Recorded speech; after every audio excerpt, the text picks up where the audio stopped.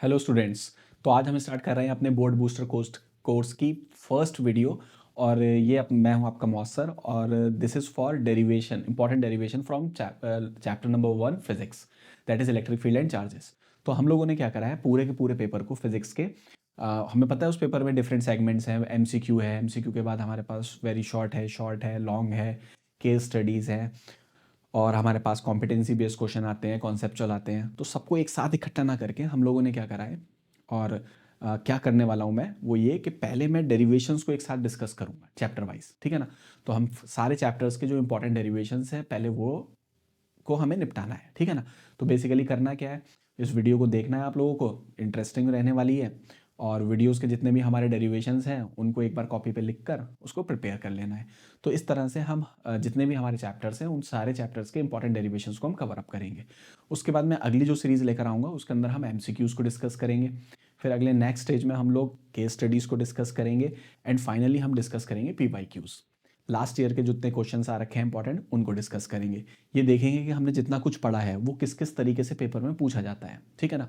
तो क्लास ये एक तरीका है एक बहुत बड़े लाइक सिलेबस को या कंप्लीट सिलेबस को पार्ट्स में डिवाइड करके थोड़ा थोड़ा उसको निपटाने का, ठीक है ना। तो अब हम लोग स्टार्ट करने वाले हैं, that is our first chapter. तो क्लास अगर तुम देख सकते हो जो हमारे पास पहली स्लाइड है, तो पहली स्लाइड में हमारे सामने क्या है, important derivation series, class 12 physics by मौसर, as you know, all physics derivation and बाकी अपना लर्नर्स वर्ल्ड एकेडमी अमरोहा।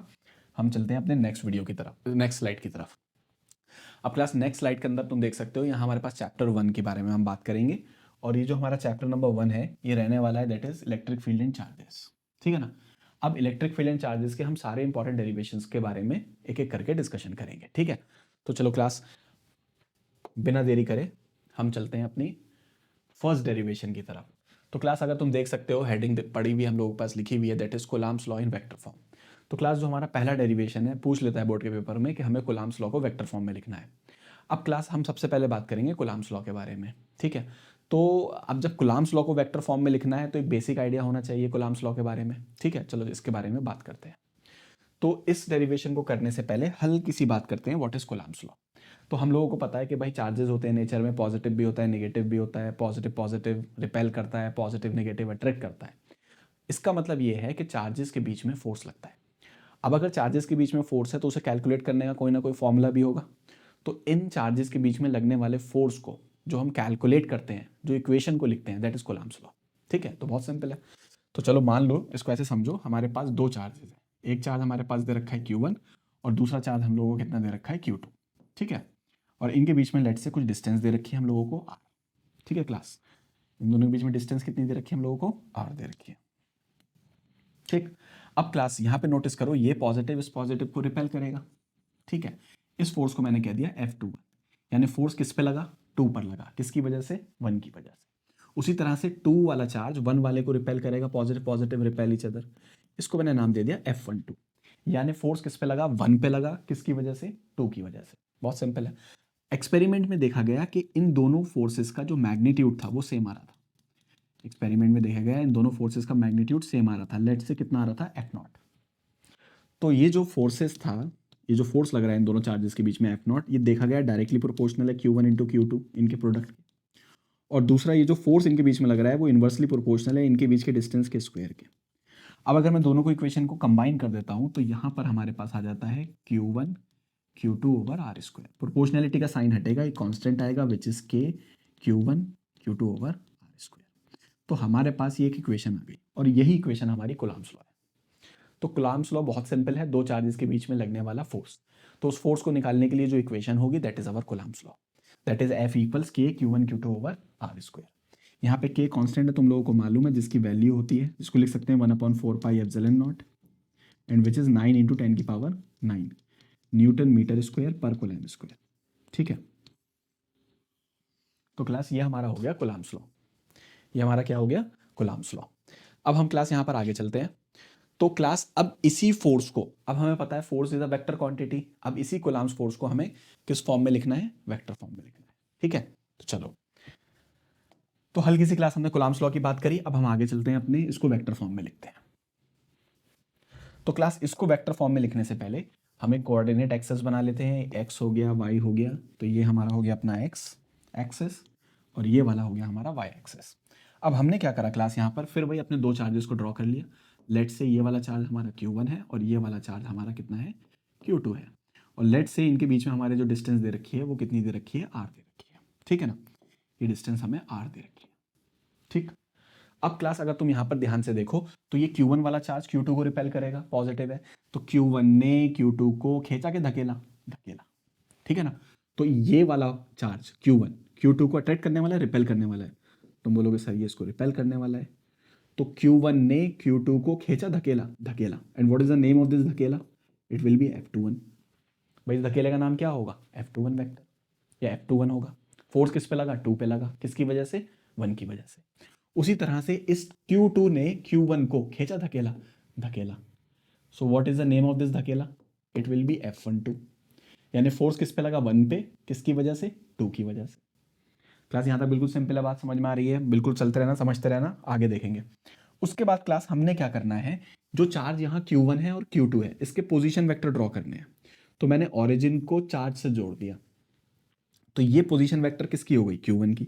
उसी तरह से मैंने ओरिजिन को Q2 से जोड़ दिया, तो ये पोजीशन वेक्टर किसका हो गया, Q2। मतलब अगर मैं इस तरह से बना लूँ R1, Q1 को ओरिजिन से जोड़ा डायरेक्शन Q1 की तरफ, तो ये मेरा position vector of Q1 R1। उसी तरह से ओरिजिन को Q2 से जोड़ा डायरेक्शन किसकी तरफ, Q2 की तरफ, तो R2 वेक्टर मेरा हो गया पोजीशन वेक्टर ऑफ कितना, Q2। ठीक है, अब क्लास यहां पर अगर मैं इस तरह से एक एरो बना दूं तो ये R वेक्टर हो गया, that is position vector of Q2 with respect to Q1। ठीक, तो मैंने 3 वेक्टर्स बना लिए, position vector of Q1, position vector of Q2 and position vector of Q2 with respect to Q1। इसको ध्यान में रखना। अब क्लास अगर हम 11th में चले जाएं तो हमें बहुत अच्छे से मालूम है कि किसी भी वेक्टर को हम लिख सकते हैं। थोड़ी सी 11th की बात करेंगे कि हम किसी भी वेक्टर को लिख सकते हैं, उस वेक्टर का मैग्नीट्यूड और उस वेक्टर का यूनिट, या उस वेक्टर की डायरेक्शन में यूनिट वेक्टर, उस वेक्टर की डायरेक्शन में यूनिट वेक्टर। यानी फॉर एग्जाम्पल मुझे अगर ए वेक्टर लिखना है तो मैं लिख सकता हूं ए वेक्टर का मैग्नीट्यूड और ए वेक्टर की डायरेक्शन में यूनिट वेक्टर, ए वेक्टर की डायरेक्शन में यूनिट वेक्टर। क्लास बात समझ में आ रही है, चलो। तो इस चीज को हमें यूज करना है। अब जैसे कि कैसे करेंगे हम लोग, मान लो मुझे F21 इसको वेक्टर फॉर्म में लिखना है, तो मैं क्या लिखूंगा, F21 का मैग्नीट्यूड, जी सर बिल्कुल सही बात है, और F12 की डायरेक्शन में एक यूनिट वेक्टर, F12 की डायरेक्शन में एक यूनिट वेक्टर। तो इस चीज का इस्तेमाल करते हुए अब हम लिखेंगे यहां पर इसको वेक्टर फॉर्म में फाइनली। तो क्लास अब ध्यान से देखना है, सबसे पहले हम लिखेंगे F21 को, 2 पे लगा फोर्स 1 की वजह से, तो मैं लिखूंगा F21 वेक्टर का मैग्नीट्यूड और इस वेक्टर की डायरेक्शन में एक यूनिट वेक्टर। तो बच्चों मैंने यहां पर क्या करा, यहां मैंने एक यूनिट वेक्टर को डिफाइन कर दिया, यहां मैंने एक यूनिट वेक्टर को डिफाइन कर दिया ऐसे करके, और मैंने उसको बोल दिया वो R21 कैप है, एक यूनिट वेक्टर है इसकी डायरेक्शन में, F21 की डायरेक्शन में। तो अगर अब हम देखें तो मैं यहां लिख सकता हूं R21 कैप।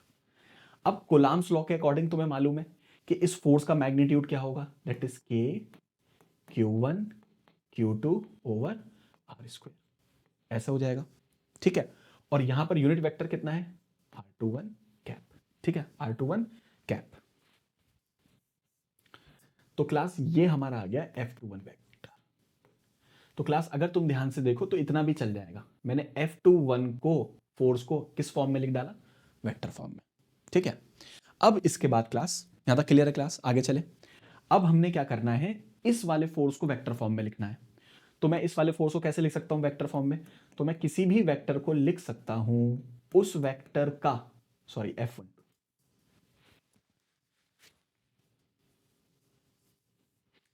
मैं लिख सकता हूं किसी भी वेक्टर को मैं लिख सकता हूं उस वेक्टर का मैग्नीट्यूड और उस वेक्टर की डायरेक्शन में एक यूनिट वेक्टर, उस वेक्टर की डायरेक्शन में एक यूनिट वेक्टर। तो चलो एक काम करते हैं, यहां पर भी एक यूनिट वेक्टर को डिफाइन कर लेते हैं। ठीक है, तो यहां पर भी मैंने एक यूनिट वेक्टर बना लिया। ठीक, ये आ गया और मैंने इसको बोल दिया R12 कैप। ठीक है, तो यहां पर मैंने इस फोर्स को लिखा, उसका मैग्नीट्यूड और उस वेक्टर की डायरेक्शन में एक यूनिट वेक्टर, उस वेक्टर की डायरेक्शन में एक यूनिट वेक्टर। तो मैं यहां पर अब लिख सकता हूं आगे, that is F12 vector will B इसका मैग्नीट्यूड तो सेम ही होगा, k q1 q2 over R square. अब बताओ इसकी डायरेक्शन में यूनिट वेक्टर कितना है, r12 कैप। तो यहां मैंने दूसरे फोर्स को भी लिख दिया उसकी कौन सी फॉर्म में, वेक्टर फॉर्म में। तो क्लास ये हमने दोनों फोर्सेस को उसकी वेक्टर फॉर्म में लिख लिया है। यहां तक भी लिखा होगे चल जाएगा। लेकिन अगर किसी स्पेसिफिक एक फॉर्म में कन्वर्ट करना हो, यानी मुझे आर वेक्टर की फॉर्म में लाना हो, तो मैं इसको और फर्दर भी लिख सकता हूं। ये भी ठीक है अपना, ये भी हो गया, ये भी हो गया, दैट्स इट। इतना भी करके आओगे चलेगा। That is Coulomb's law in vector form. थोड़ा सा सर अगर इसको और मॉडिफाई करके थोड़ा अलग फॉर्म में और लिखना हो, और किस किस फॉर्म में लिख सकते हैं, तो देखो अगर तुम यहां से देखो तो एक ट्राइंगल लॉ बन रहा है, वेक्टर से, तीन वेक्टर से ट्राइंगल बन रहा है। और इन दोनों वेक्टर्स को अगर तुम ध्यान से देखो, ये सेम डायरेक्शन में, सेम ऑर्डर में, लेकिन ये third side of the triangle है with opposite order. This is third side of the triangle with opposite order. तो यहां पर मैं लिख सकता हूं कि जो R2 वेक्टर होगा वो R वेक्टर और R1 का सम होगा। तो यहां से जो R वेक्टर आएगा वो आ जाएगा R2 vector minus R1 vector.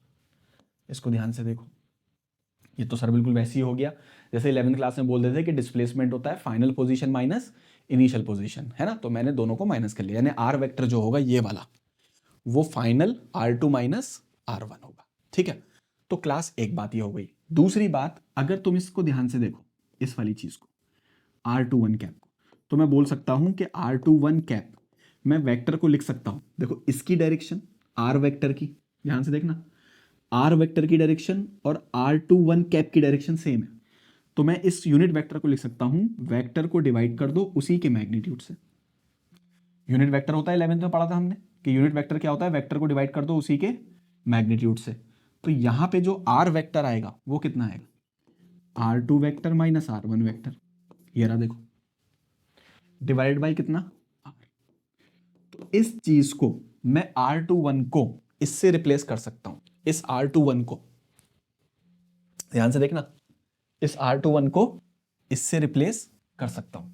तो यहां पर अगर मैं लिखूंगा तो मैं इसको फर्दर ऐसे भी लिख सकता हूं, देखो F21 vector will be K Q1 Q2 over R square, और इसकी जगह लिख सकता हूं R2 vector minus R1 vector upon R।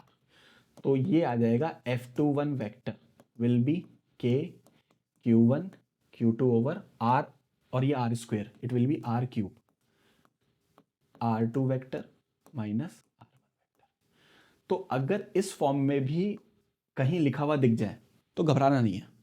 यहां पर बस हमने एक कॉन्सेप्ट लगा दिया कि हम किसी भी यूनिट वेक्टर को लिख सकते हैं, वेक्टर को डिवाइड कर दो उसी के मैग्नीट्यूड से, वेक्टर को डिवाइड कर दो उसी के मैग्नीट्यूड से। वेक्टर किसके बराबर था, R2 minus R1 divide by R, और R21 को यहां रिप्लेस कर देंगे, यहां ये आ जाएगा। ठीक है, तो क्लास ये इस फॉर्मेट में भी लिखा जा सकता है। ठीक है, उसी तरह से क्लास एक चीज और समझो, ये जो R21 वेक्टर है, यूनिट वेक्टर है, मैग्नीट्यूड 1 होगा, ये नीचे की तरफ है, और ये R12 ये भी यूनिट वेक्टर है, लेकिन ये नीचे है ऊपर है, ये ऊपर की तरफ है। तो ये दोनों का मैग्नीट्यूड तो सेम है, बस डायरेक्शन अपोजिट है। दोनों यूनिट वेक्टर हैं, इसकी मैग्नीट्यूड भी 1 होगी, इसकी मैग्नीट्यूड भी 1 होगी, लेकिन दोनों की डायरेक्शन क्या है, opposite.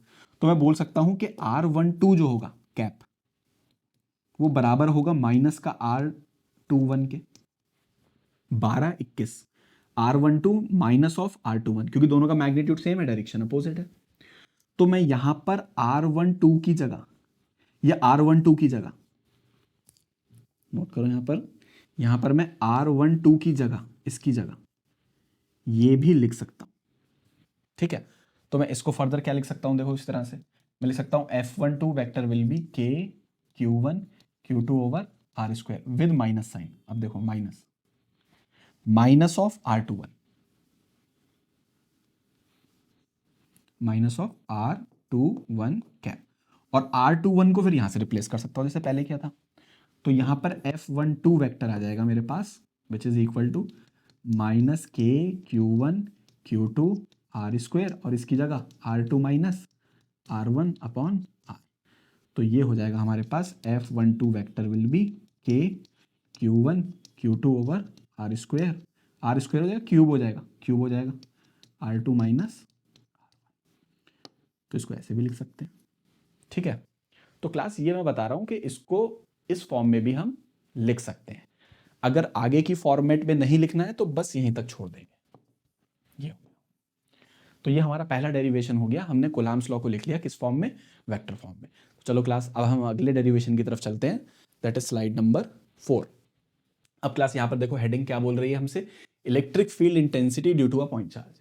Electric field intensity due to a point charge. अब सवाल ये है पहले इलेक्ट्रिक फील्ड क्या है, तो हल्का सा 1 से 2 मिनट में हम ये समझेंगे इलेक्ट्रिक फील्ड क्या। बहुत डिटेल में नहीं जाना है क्लास, ये जो हमारा वीडियो चल रहा है ना, ये चल रहा है हमारा डेरिवेशन के लिए, तो यहाँ हम कॉन्सेप्ट की डिटेल में बहुत नहीं जा सकते। बस हाँ इतना ज़रूर बताता चलूँगा कि कोई भी वर्ड ऐसा ना लगे कि कोई नया सा है ना। तो electric field due to a point charge, तो सबसे पहले समझते हैं इलेक्ट्रिक फील्ड क्या है। तो इलेक्ट्रिक फील्ड को क्लास ऐसे समझेंगे हम लोग कि मान लो हमारे पास कोई चार्ज Q दे रखा है, तो चार्ज Q के चारों तरफ का जो स्पेस है, अगर उसमें कोई दूसरा चार्ज आ जाए, लेट्स से Q0, तो होता क्या है क्लास, ये charge Q0 experiences a force, ये charge Q0 experiences a force F0। तो ये कोई भी चार्ज अपने चारों तरफ एक स्पेस बनाता है, या स्पेस के अंदर एक ऑरा, एक इफेक्ट क्रिएट करता है कि अगर उसमें कोई दूसरा चार्ज आ जाए तो it will experience a force. तो इस स्पेस को, इस इफेक्ट को, इस ऑरा को हम क्या बोलते हैं, इलेक्ट्रिक फील्ड। क्या बोलते हैं, इलेक्ट्रिक फील्ड। तो हम लोग ये बोलते हैं कि इस चार्ज ने अपने चारों तरफ क्या क्रिएट करी, इलेक्ट्रिक फील्ड क्रिएट करी। अब बात ये आती है कि ये जो इलेक्ट्रिक फील्ड है, इस इलेक्ट्रिक फील्ड की ताकत यानी स्ट्रेंथ यानी इंटेंसिटी को हम कैसे फाइंड करेंगे। तो अगर हमें इस इलेक्ट्रिक फील्ड की स्ट्रेंथ को इस P पॉइंट पर पता करना है, क्लास किसको पता करना है, बहुत ही सिंपल लैंग्वेज यूज कर रहा हूं मैं, स्ट्रेंथ। स्ट्रेंथ यानी ताकत, जिसको हम बोलते हैं इलेक्ट्रिक फील्ड इंटेंसिटी। क्लास क्या बोलते हैं हम लोग, इलेक्ट्रिक फील्ड इंटेंसिटी, जो हमें देखो ऊपर डेरिवेशन फाइंड करना है। तो हम इसको रिप्रेजेंट करते हैं ई वेक्टर से, वेक्टर क्वांटिटी। तो बेसिकली कुछ भी नहीं है, ये जो फील्ड है उसकी ताकत है, कौन से पॉइंट पर है, P पॉइंट पर। तो जो इलेक्ट्रिक फील्ड की ताकत है P पॉइंट पर, उसकी जो मैग्नीट्यूड है यानी वैल्यू है, उसको हम लिखते हैं उस टेस्ट चार्ज पे लगने वाला फोर्स। ये वाला जो Q0 चार्ज रखा है ना मैंने, तुमने पढ़ा होगा, ये कौन सा चार्ज होता है, टेस्ट चार्ज होता है। तो इस टेस्ट चार्ज पे लगने वाला फोर्स डिवाइड बाई उस पॉइंट पर रखा गया चार्ज। मतलब अगर मुझे P पॉइंट पर ताकत निकालनी है, तो P पॉइंट पर रखा गया charge, that is test charge, उस पे लगने वाला फोर्स, उस पे लगने वाले फोर्स को डिवाइड कर देंगे उस पॉइंट पे रखा गया चार्ज, दैट इज Q0। तो यहां से वैसे यूनिट भी समझ में आ रही है, न्यूटन पर कूलम्ब हो गई है ना। तो ये जो हो गई हमारी इलेक्ट्रिक फील्ड की ताकत हो गई किसी भी पॉइंट पर, है ना। तो फॉर एग्जांपल लेट्स से मुझे इस पॉइंट पर इलेक्ट्रिक फील्ड की ताकत निकालनी है, तो इस पॉइंट पे मैं एक टेस्ट चार्ज रखूंगा, उस टेस्ट चार्ज पे फोर्स कितना लगा, F0। तो मैं इस फोर्स को Q0 से डिवाइड कर दूंगा, बस ताकत आ गई। कितना सिंपल है देखो, ठीक है। कोई पॉइंट था, पॉइंट पे फील्ड की ताकत कैसे निकलेगी भाई सर, वहां पे एक टेस्ट चार्ज रखो Q0, उस पर फोर्स कितना लगा, लेट्स से F0, तो उस फोर्स को उस चार्ज से डिवाइड कर दो। जैसे ही करोगे तो हमें इलेक्ट्रिक फील्ड की ताकत मिल जाएगी। अब ये जो इलेक्ट्रिक फील्ड इंटेंसिटी है, ये हमारा स्केलर है कि वेक्टर है, वेक्टर है।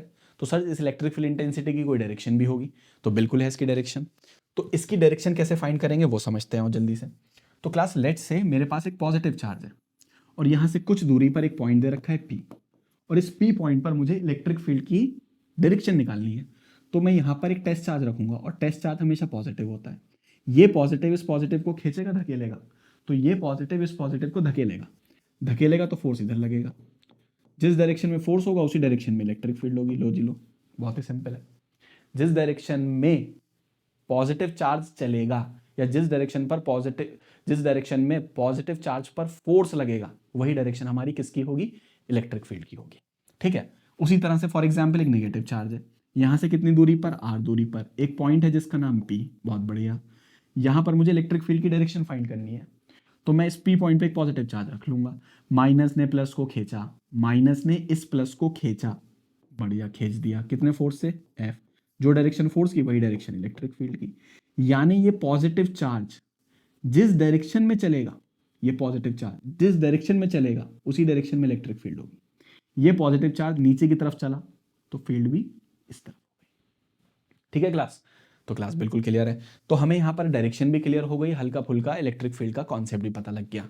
और बच्चों हमें यह भी पता लग गया कि अगर किसी पॉइंट पर इलेक्ट्रिक फील्ड की ताकत निकालनी है, स्ट्रेंथ, इंटेंसिटी, तो हमें सिंपली उस पॉइंट पे रखे गए टेस्ट चार्ज पर फोर्स को चार्ज से डिवाइड कर देना है, दैट्स इट। चलो क्लास, अब हम अपने डेरिवेशन की तरफ चलते हैं, ठीक है। तो क्लास अब अगर हम अपने डेरिवेशन की बात करें, चलो पहले इसको गायब करते हैं फटाफट। चलो क्लास, अब क्लास हमसे क्या बोल रहा है, इलेक्ट्रिक फील्ड इंटेंसिटी। अब तो इसमें टेंशन नहीं होगी क्लास बिल्कुल भी, हमें पता लग गया इलेक्ट्रिक फील्ड इंटेंसिटी किसकी बात कर रहा है, कैपिटल ई, यानी इलेक्ट्रिक फील्ड की ताकत की बात कर रहा है due to a point charge. तो क्लास एक काम करते हैं, क्लास बहुत ध्यान से देखना है, एक पॉइंट चार्ज कंसीडर कर लेते हैं capital Q, point charge consider कर लेते हैं कैपिटल क्यू। यहां से कितनी दूरी पर, लेट से आर दूरी पर, कितनी दूरी पर क्लास, आर डिस्टेंस पर हमने एक पॉइंट कंसीडर करा पी पॉइंट, और इस पी पॉइंट पर मुझे अब इलेक्ट्रिक फील्ड की ताकत, स्ट्रेंथ, इंटेंसिटी बतानी है, ठीक है क्लास, बिल्कुल बताएंगे। कॉन्सेप्ट क्या है, स्टेप वन में हम क्या करने वाले हैं क्लास, स्टेप वन में हम लोग क्या करने वाले हैं, स्टेप वन में हम पी पॉइंट पर एक टेस्ट चार्ज रखेंगे, दैट इज क्यू नॉट। अब क्लास ये देखो, ये पॉजिटिव इस पॉजिटिव को, ये पॉजिटिव इस पॉजिटिव को, ठीक है ना, अपनी तरफ खींचेगा, धकेलेगा।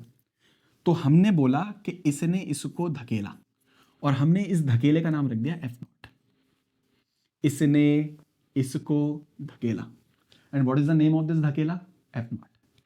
अब अगर हम इस एफ नॉट की वैल्यू लिखें स्टेप वन में फ्रॉम कूलम्ब्स लॉ, तो हम लिख सकते हैं जो फोर्स होगा वो होगा के Q1 Q2 over R square, ये तो होगा के Q1 Q2 over R square. ये हो गया हमारा इक्वेशन नंबर 1, ठीक है। अब क्लास हमें पता है स्टेप नंबर 2 में बाय द डेफिनेशन जो हमारी इलेक्ट्रिक फील्ड इंटेंसिटी होगी पी पॉइंट पर, वो उस पॉइंट पे रखे गए चार्ज पे लगने वाला force which is F not divide by Q not. अब क्लास फटाफट यहाँ एफ नॉट की वैल्यू पुट कर दो, तो यहाँ पर जो इलेक्ट्रिक फील्ड आएगी वो आ जाएगी K Q1 Q2 over R square, K Q not over R square divide by Q not से क्यू नॉट कैंसिल हो जाएगा, तो यहाँ पर जो इलेक्ट्रिक फील्ड आ जाएगी वो आ जाएगी K Q by, that is K Q by, बच्चों बताओ कितनी आएगी, के क्यू बाई आर स्क्वायर, ठीक है ना। तो क्लास ये हमारा फाइनल रिजल्ट आ गया, यानी इस पॉइंट पर जो इलेक्ट्रिक फील्ड की ताकत होगी that will be K Q by r square, K Q by r square. बहुत ही सिंपल है क्लास, बहुत ही काम का फॉर्मूला है, रटना पड़ेगा, न्यूमेरिकल में भी हेल्प करेगा। के बारे में पता, ये लिख सकते हैं, ऐसे भी घबराने की बात नहीं है, 1/4 pi epsilon naught that is Q over R square, ठीक है। तो क्लास ये अपने दोनों, ये अपना फॉर्मूला आ गया, ठीक है। अब क्लास अगर यहाँ पूछ ले कि भाई पी पॉइंट पे डायरेक्शन भी बता दो, तो कौन सी बड़ी बात है, पी पॉइंट पे क्या रखेंगे, एक छोटा सा टेस्ट चार्ज रख लो पॉजिटिव, ये पॉजिटिव इस पॉजिटिव को खींचेगा, धकेलेगा, देखो फोर्स लग रहा है, तो जो डायरेक्शन फोर्स की होगी वही डायरेक्शन इलेक्ट्रिक फील्ड की होगी, यानी ये इलेक्ट्रिक फील्ड ईपी की डायरेक्शन आ गई, ये इसकी वैल्यू आ गई, ठीक है। यहां तक बात क्लियर है, बहुत बढ़िया। चलो अब आगे चलते हैं। अब क्लास जैसे यहाँ पर 1 नंबर में इस डेरिवेशन के साथ छोटा सा डेरिवेशन है, होता क्या है, 2 नंबर में आ गया, 1.5 नंबर इस डेरिवेशन का, आधे नंबर का सवाल जोड़ देगा। तो सवाल क्या जोड़ेगा, बोलेगा कि भाई ई और आर के बीच में ग्राफ बना दो फटाफट। कौन सी बड़ी बात है, 1 मिनट बनाते हैं लोग। ये हमें इलेक्ट्रिक फील्ड दे रखी है पी पॉइंट पर, उसका मैग्नीट्यूड, और ये हमें आर दे रखा है। अब देखो यहाँ पर ई और आर ये डायरेक्टली प्रोपोर्शनल है, इन्वर्सली प्रोपोर्शनल है, इन्वर्सली प्रोपोर्शनल ग्राफ बना देंगे, क्या क्लास है ना, यानी आर को ज्यादा करोगे ई कम होगा, आर कम करोगे ई ज्यादा होगा, इन्वर्सली प्रोपोर्शनल ग्राफ आ गया, ठीक। तो क्लास ये अपना दूसरा डेरिवेशन निमट गया, छोटा सा डेरिवेशन था। तो हमने इसमें इलेक्ट्रिक फील्ड की बात कर ली, और एक पॉइंट चार्ज की वजह से आर डिस्टेंस पर पी पॉइंट पर फील्ड की ताकत which is K Q by r square, ठीक। चलो अब हम फटाफट अपने तीसरे डेरिवेशन की तरफ चलते हैं, ठीक है। देखो क्लास, नेक्स्ट डेरिवेशन में हमसे क्या बोल रहा है, electric field intensity due to a uniformly charged ring. चलो हमें इलेक्ट्रिक फील्ड, क्लास एक काम करते हैं, ये वाला जो रिंग वाला है ना सबसे लास्ट में करेंगे, ठीक है। अभी हम नेक्स्ट चलते हैं, नेक्स्ट का क्या दे रखा है हमारे पास, वो इतना इंपॉर्टेंट नहीं है, इसी वजह से सबसे लास्ट में निपटा लेंगे। Next is electric field intensity due to a dipole, electric field intensity due to a dipole. तो अब क्लास हमें इलेक्ट्रिक फील्ड इंटेंसिटी हमें एक डाइपोल की वजह से निकालनी है। अब इसमें आता है 2 पॉइंट्स पे निकालनी है, एक एक्सियल पॉइंट पे निकालनी है और एक हमें इक्विटोरल पॉइंट पे निकालनी है, ठीक है। तो पहले ये समझते हैं कि इलेक्ट्रिक डाइपोल होता क्या है, ठीक है ना, एक आइडिया ले लेते हैं इलेक्ट्रिक डाइपोल क्या है, फिर उसके बाद इलेक्ट्रिक फील्ड इंटेंसिटी तो तुम्हें पता ही है, इलेक्ट्रिक फील्ड की ताकत निकालनी है, एक एक्सियल पॉइंट पे निकालनी है और एक इक्वेटोरल अगला जो आने वाला है, ठीक है। तो पहले डाइपोल समझते हैं क्या है, ठीक है। तो अगर तुम यहाँ ध्यान से देखो, हम बात करें इलेक्ट्रिक डाइपोल के बारे में, तो क्लास इलेक्ट्रिक डाइपोल क्या होता है, ये सिंपलेस्ट इलेक्ट्रिक डाइपोल क्या होगा, ये कॉम्बिनेशन होगा two equal and opposite charge, two equal and opposite charge, two equal and opposite charge, two equal and opposite charge.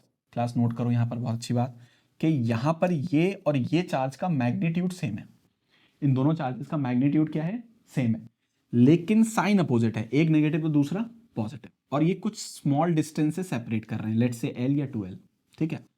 तो क्लास इस कॉम्बिनेशन को ही हमने नाम दिया है, that is our electric dipole. ये पूरा कॉम्बिनेशन हमारा क्या कहलाता है, इलेक्ट्रिक डाइपोल। यानी इलेक्ट्रिक डाइपोल में two equal and opposite charges कुछ दूरी पर रखे होंगे, ठीक। अब क्लास जैसे पहले इलेक्ट्रिक फील्ड की ताकत स्ट्रेंथ निकाली, इंटेंसिटी, वैसे ही हम इलेक्ट्रिक डाइपोल की स्ट्रेंथ भी फाइंड करते हैं, और उसके लिए डिफाइन करते हैं एक vector quantity, that is electric dipole moment, electric dipole moment, and which is P vector. किससे रिप्रेजेंट करेंगे क्लास हम लोग उसको, पी वेक्टर से, ठीक है ना। तो हमें electric dipole moment, electric dipole की ताकत स्ट्रेंथ को डिफाइन करना है, और उसके लिए हमने एक वेक्टर का यूज करा विच is P vector, electric dipole moment, ठीक है। तो सर इसको कैसे लिखेंगे, अब क्लास पहली बात तो ये वेक्टर क्वांटिटी है, तो अगर मैं इसकी मैग्नीट्यूड की बात करूं, तो दोनों चार्जेस में से किसी भी एक का मैग्नीट्यूड, दोनों चार्जेस में से किसी भी एक का मैग्नीट्यूड और उनके बीच की दूरी, that is 2l, that is 2l। तो ये जो चीज लिखी हुई है, ये मैग्नीट्यूड लिखा हुआ है इलेक्ट्रिक डाइपोल मोमेंट का, इलेक्ट्रिक डाइपोल मोमेंट का क्या लिखा हुआ है, मैग्नीट्यूड, सिंपल है। उसके बाद अगर मैं इसके डायरेक्शन की बात करूं, क्लास किसकी बात करूंगा, इसके डायरेक्शन, डायरेक्शन तो क्लास बहुत ही सिंपल है, इसकी डायरेक्शन होगी from negative charge to positive charge, from minus Q to plus Q, from minus Q to plus Q. तो इसकी जो डायरेक्शन होने वाली है, it will be from minus Q to plus Q, and this is the direction of electric dipole moment, ठीक है class. तो ये हो गया हमारे पास, तो class direction will be from minus Q to plus Q. तो क्लास मुझे लग रहा है यहां तक इतना तो बेसिक पता होना चाहिए किसके बारे में, इलेक्ट्रिक डाइपोल की वजह से, ठीक है ना। क्लास ऐसा इसलिए बोल रहा हूं मैं क्योंकि इलेक्ट्रिक फील्ड इंटेंसिटी किसकी वजह से निकालनी है, डाइपोल, तो आइडिया तो हो ना डाइपोल क्या है, तो dipole combination of two equal and opposite charge separated by some small distance. इसकी ताकत किससे निकलती है, electric dipole movement which is P vector. Vector quantity है, पहले मैग्नीट्यूड लिखेंगे फिर डायरेक्शन समझेंगे। मैग्नीट्यूड विल बी इन दोनों में से किसी एक चार्ज की वैल्यू और उनके बीच की दूरी मल्टीप्लाई कर दो, पी आ जाएगा, और डायरेक्शन क्या होगी, फ्रॉम नेगेटिव टू पॉजिटिव। इतना याद रखो, अब अपने डेरिवेशन की तरफ चलते हैं। चलो क्लास, अब क्लास नेक्स्ट हमने क्या करना है, नेक्स्ट हमने क्या करना है, अब हमने इलेक्ट्रिक डाइपोल को ड्रॉ करना है, और ड्रॉ करने के बाद समझना है कि एक्सियल पॉइंट कौन होता है, और ये समझते ही उस पॉइंट पर इलेक्ट्रिक फील्ड इंटेंसिटी फाइंड करनी है, ठीक है। ये है अपना डेरिवेशन। तो चलो क्लास पहले एक इलेक्ट्रिक डाइपोल बना लेते हैं। तो इलेक्ट्रिक डाइपोल के लिए एक हमारे पास नेगेटिव क्यू होगा और एक हमारे पास पॉजिटिव क्यू होगा, कुछ दूरी पर, लेट्स से ये रही कुछ डिस्टेंस, और ये हमारे पास हो गया पॉजिटिव क्यू, ठीक है। अब क्लास यहां पर जो टोटल डिस्टेंस दे रखी है, लेट्स से वो हमें 12 दे रखी है, ठीक। ये इसका डाइपोल का मिड पॉइंट है।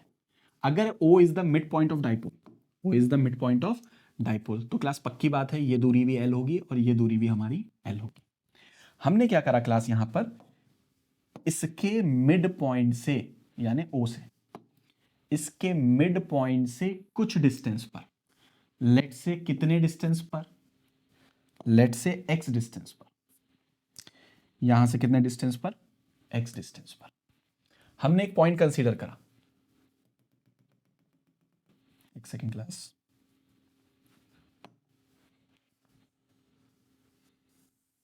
यहां से हम एक क्या कंसीडर करेंगे, एक पॉइंट कंसीडर करेंगे।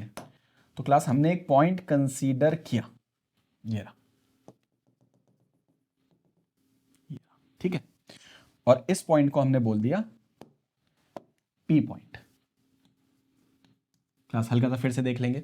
हमारे पास एक डाइपोल था माइनस क्यू प्लस क्यू, दोनों इनके बीच में डिस्टेंस टोटल कितनी थी class? That is our 2l, that is our 2l।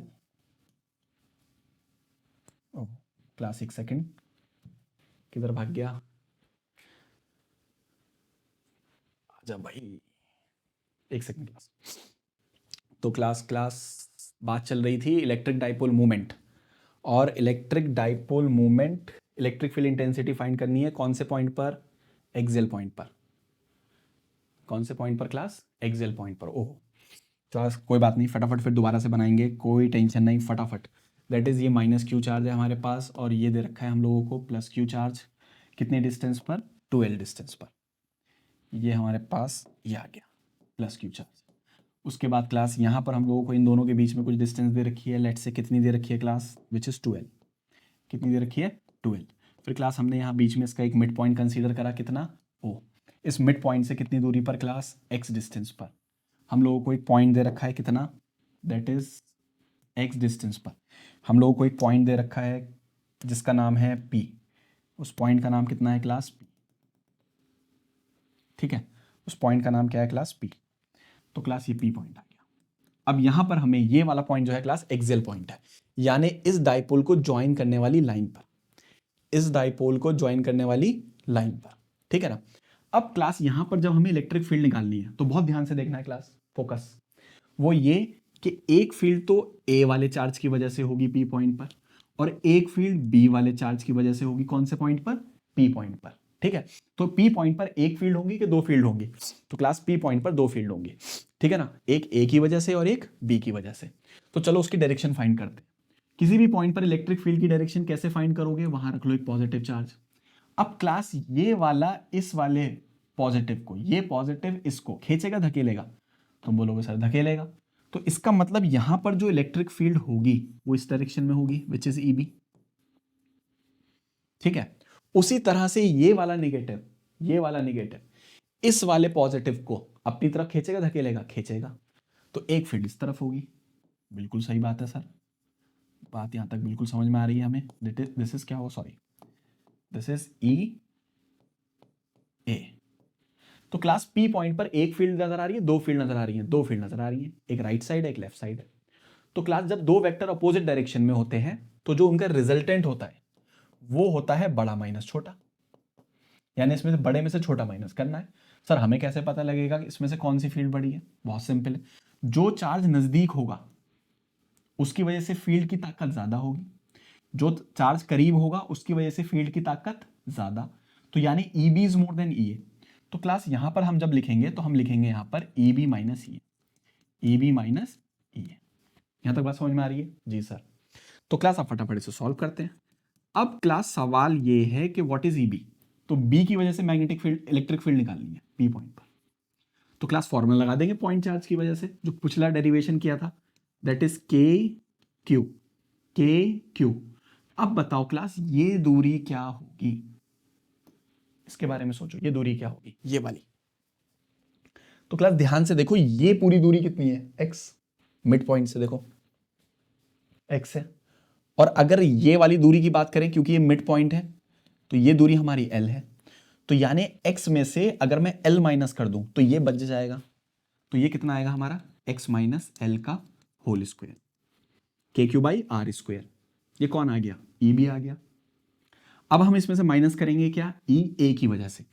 ए की वजह से जो फील्ड होगी इस पॉइंट पर, तो वो होगी के क्यू। स्टार बना लो। चार्ज का साइन मत लिखना, सिर्फ वैल्यू लिखनी है। वेक्टर फॉर्म में पहले ही डायरेक्शन निकाल चुके हैं। और यहां से यहां तक की दूरी क्या रहेगी? This is X, this is L. Again ये मिड पॉइंट था तो ये हाफ है L. This is X, this is L, so it will be X plus L का whole square, X plus L का होल स्क्वायर। तो class यहां पर जो नेट फील्ड आएगी एक्सएल पॉइंट पर, उसकी तरफ आगे चलते हैं। यहां से कॉमन निकालेंगे के क्यू। अब क्लास सिर्फ मैथ्स बची है, एक्स माइनस एल का whole square minus X plus L का होल स्क्वायर। जी सर समझ में आ रहा है यहां तक? उसके बाद क्लास जरा इसको एलसीएम बना के क्रॉस मल्टीप्लाई कर लो। तो क्लास जरा इसको थोड़ा सा खिसका लेते हैं, ठीक है?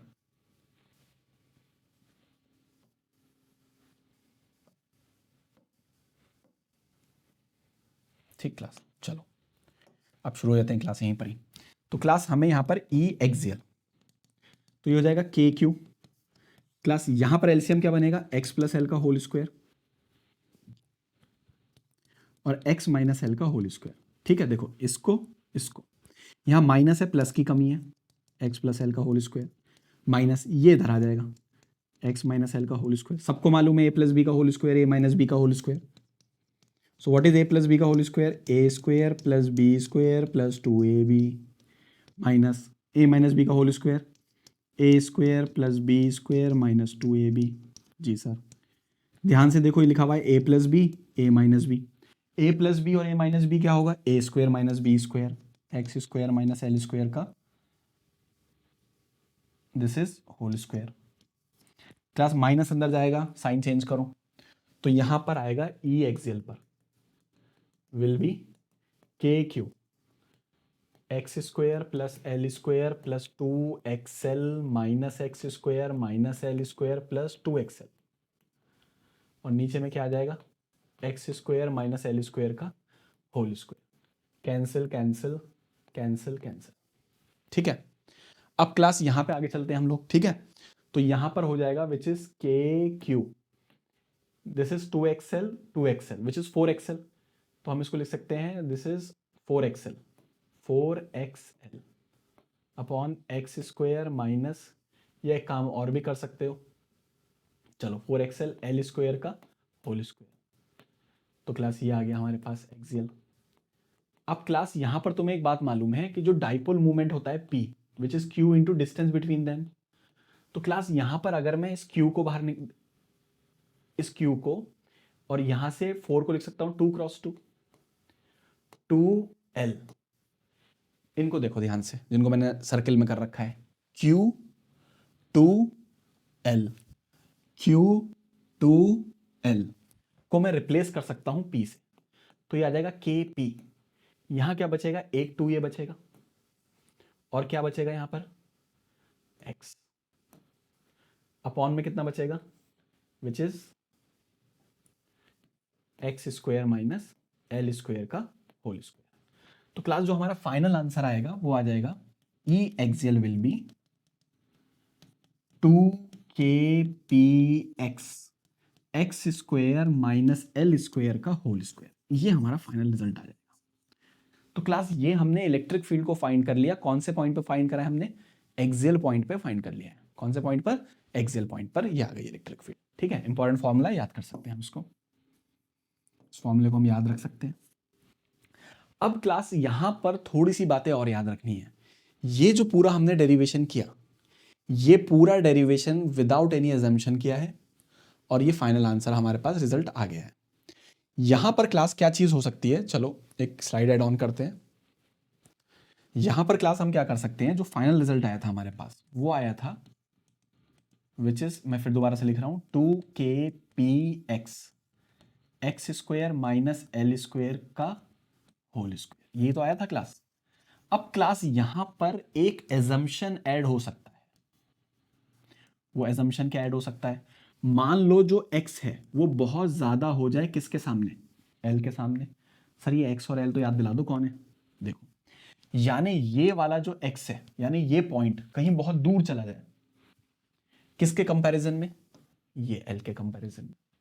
यानी ये बहुत पास हो और ये पॉइंट बहुत दूर। तो वैसे ये डिस्टेंस जब कम होता है ना, इसको बोलते हैं कंडीशन ऑफ आइडियल डाइपोल। यानी डाइपोल कैसा हो जाए, आइडियल डाइपोल। आइडियल डाइपोल क्या होता है, जहां पर L बहुत कम हो, टेंडिंग टू 0। तो उस केस में हम x के सामने L को नेग्लेक्ट कर देंगे। जैसे ही इसको नेग्लेक्ट करके 0 करोगे तो यहां पर E एक्सियल आ जाएगा हमारा 2kpx अपॉन x की पावर 2 और 2 कितना हो जाएगा, ये 4। ये कैंसिल करो तो एक्सियल पॉइंट पर हमारा आ जाएगा 2kp अपॉन एक्स क्यू। ये फॉर्मूला आ जाएगा। जनरली बच्चों को ये याद रहता है, ये तो याद होना ही चाहिए क्लास, ये भी होना चाहिए याद और ये भी याद होना चाहिए। This is without any assumption and this is with assumption. ठीक, तो क्लास ये हमें याद रखना है, एक्सियल पॉइंट पे जो फॉर्मूला आएगा it will B 2kp by x Q. एक बात काम की बात है। दूसरी जो इंपॉर्टेंट बात हमें याद रखनी है, उसके लिए मुझे डायग्राम चाहिए, फिर ये आ गया क्लास। यहां पर देखो, हमने बोला था कि ये वाली जो फील्ड है ये ज्यादा है, तभी तो हमने बड़े में से क्या माइनस करा था, यहां ध्यान से देखो, बड़ा माइनस छोटा। तो क्लास अगर मेरे पास दो वेक्टर दे रखे हो, ये ए हो और ये बी हो, देखो दोनों की डायरेक्शन अपोजिट है, तो जो रिजल्टेंट होता है वो होता है बड़ा माइनस छोटा, ए माइनस बी, बड़ा माइनस छोटा, सिंपल है, पता है 11 से। लेकिन जो रिजल्टेंट की डायरेक्शन होगी वो बड़े के जैसी होती है, जिस डायरेक्शन में बड़ा होगा उसी में रिजल्टेंट होगा, तो बड़ा किस तरफ है, राइट साइड, तो ये आ गई रिजल्टेंट की डायरेक्शन। इस चीज को ध्यान में रखते हुए हम लोग यहां पर डायरेक्शन लिखेंगे नेट इलेक्ट्रिक फील्ड की, फाइनल की, इसकी, ठीक है। तो जब मैं इसकी डायरेक्शन लिखूंगा, देखो ये बड़ा है और ये छोटा है, बड़ा माइनस छोटा, डायरेक्शन किसके जैसी, बड़े के जैसी। तो जो नेट फील्ड आएगी, जो नेट फील्ड आएगी उसकी डायरेक्शन इधर की तरफ होगी, एक्सियल पॉइंट। एक बात, दूसरी बात यहां बहुत इंपॉर्टेंट है जो ध्यान में रखनी है, कि यहां पर जो डाइपोल मूवमेंट की डायरेक्शन है वो क्या होगी, माइनस क्यू से प्लस क्यू की तरफ। सर ये कहां से, अभी थोड़ी देर पहले बताया कि जो इलेक्ट्रिक डाइपोल में डाइपोल मूवमेंट ये पी होता है, इसकी डायरेक्शन जो होती है वो माइनस क्यू से प्लस क्यू की तरफ होती है, ठीक। तो इसकी डायरेक्शन ये आ गई। अब इस एरो को और इस एरो को बहुत ध्यान से देखो, ये एरो और ये एरो सेम डायरेक्शन में, तो यानी मैं बोल सकता हूं कि जो डाइपोल होगा, एक्सियल पॉइंट पर जो इलेक्ट्रिक फील्ड होगी और जो इलेक्ट्रिक डाइपोल मूवमेंट होगा, इन दोनों के बीच में एंगल कितना होगा, 0 डिग्री, यानी दोनों की डायरेक्शन सेम होगी। क्लास ये बहुत काम की बात है, इसको याद रखना है। यानी जो नेट वैल्यू होगी एक्सियल पॉइंट पर इलेक्ट्रिक फील्ड की और डाइपोल मूवमेंट, दोनों सेम डायरेक्शन में होंगे, और दोनों सेम डायरेक्शन में होने का मतलब है दोनों के बीच में एंगल 0 डिग्री होगा, इसको ध्यान रखना है, ठीक है। तो इसका मतलब ये हो गया कि अगर डाइपोल मूवमेंट ऐसा है P, तो यहां से ये जो एक्सियल पॉइंट है, यहां पर इलेक्ट्रिक फील्ड भी इसी की डायरेक्शन में ही होगी, ध्यान, ठीक है। ये एरो सेम डायरेक्शन में होगा, यानी दोनों के बीच में एंगल कितना होगा, थीटा विल बी 0। तो क्लास यहां पे तीन काम की बातें हो गई, पहला ये फॉर्मूला विदाउट एनी अजम्पशन, दूसरा फॉर्मूला विद अजम्पशन, और तीसरा डाइपोल मूवमेंट और net value of electric field, दोनों की डायरेक्शन सेम, दोनों के बीच में एंगल कितना, 0 डिग्री, ठीक है। तो क्लास यहां तक ये चीज हो गई। अब हम क्लास इसमें आगे चलते हैं अपने नेक्स्ट डेरिवेशन की तरफ, जल्दी से इस पे एक निगाह मार लो, ठीक है। तो क्लास हमारा नेक्स्ट डेरिवेशन जो है यहां पर, दैट इज, अब हमें सेम डाइपोल की वजह से एक्सियल की जगह इक्विटोरल पॉइंट पर इलेक्ट्रिक फील्ड फाइंड करनी है, इक्विटोरल पॉइंट ऑफ डाइपोल। तो डाइपोल हमें समझ में आता है, बस फटाफट समझते हैं कि इक्विटोरल पॉइंट क्या होता है और अपना डेरिवेशन निपटाते हैं। चलो क्लास, तो सबसे पहले डाइपोल बना लेते हैं। लेट से ये हमें चार्ज दे रखा है,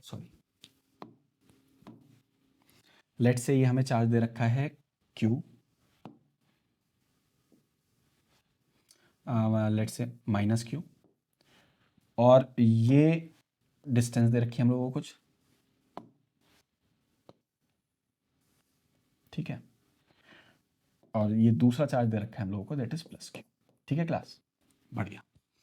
अब हमने क्लास ये पूरी डिस्टेंस को कुछ मान लेना है, लेट से 12, जैसे पहले माना था, ये पूरी डिस्टेंस हमें 12 दे रखी है। अब ये हमें इसका मिड पॉइंट दे रखा है, कितना, O।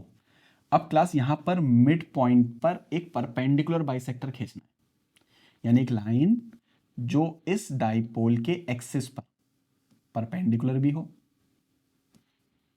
और इसको बाइसेक्ट भी कर रही हो, यानी ये लेंथ भी L हो, यानी क्लास ये लेंथ भी L हो और ये लेंथ भी L हो, है ना।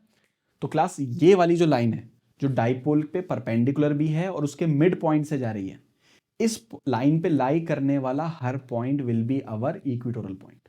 कैसा पॉइंट होगा हमारा, इक्विटोरल पॉइंट होगा, बहुत बढ़िया।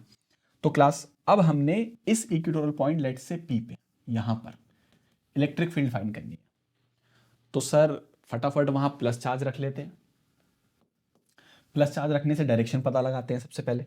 तो क्लास डायरेक्शन पता कैसे लगाओगे, देखो ये इस पॉइंट पर इस माइनस ने इस प्लस को अपनी तरफ खींचा, इस माइनस ने इस प्लस को अपनी तरफ खींचा। तो क्लास यहां पर हमारे पास डायरेक्शन आ जाएगी, ये आ गई डायरेक्शन, ये आ गई हमारी डायरेक्शन किसकी, इलेक्ट्रिक फील्ड की। किसकी वजह से, लेट्स से ए, इसको मैंने नाम दे दिया ई ए, ठीक है। उसी तरीके से क्लास अगर मैं इसको इस तरह से जोड़ लूं, इस प्लस ने इस प्लस को खींचा, धकेला धकेला, तो ये धकेला मतलब ऊपर की तरफ जाएगा, तो धकेला ऊपर की तरफ जाएगा तो डायरेक्शन कुछ ये आ जाएगी, देखो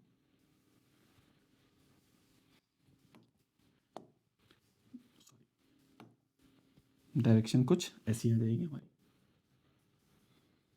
इसको हमने बोल दिया ई बी, क्लास क्या नाम दे दिया हमने इसको, ई बी नाम दे दिया, ठीक है। तो क्लास यहां पे नोटिस करो, हमने पी पॉइंट पर दो इलेक्ट्रिक फील्ड बना ली, माइनस क्यू की वजह से भी और प्लस क्यू की वजह से भी, ठीक है। अब क्लास यहां पर फटाफट मुझे ई ए और ई बी की वैल्यू लिखवा दो। तो ए की वजह से देखो ये, तो वैल्यू होगी के क्यू बाई, क्लास ये दूरी बता सकते हो, बिल्कुल सिंपल है क्लास। ये दूरी को अगर मैंने x माना, ये l है, ये 90 है, तो ये हो जाएगी X square plus L square Pythagoras, तो ये हो जाएगा under root x square plus L square का होल स्क्वायर। तो ये जो इलेक्ट्रिक फील्ड आ जाएगी, ये आ जाएगी K Q by x square plus L square, equation first, ठीक है। ये पहले आ गई। उसी तरह से क्लास जरा ई बी की वैल्यू भी फाइंड करा दो। अब क्लास ई बी इस वाले चार्ज की वजह से देखो, इस पॉइंट पे निकालना है हमें, तो फॉर्मूला आ जाएगा फिर वही के क्यू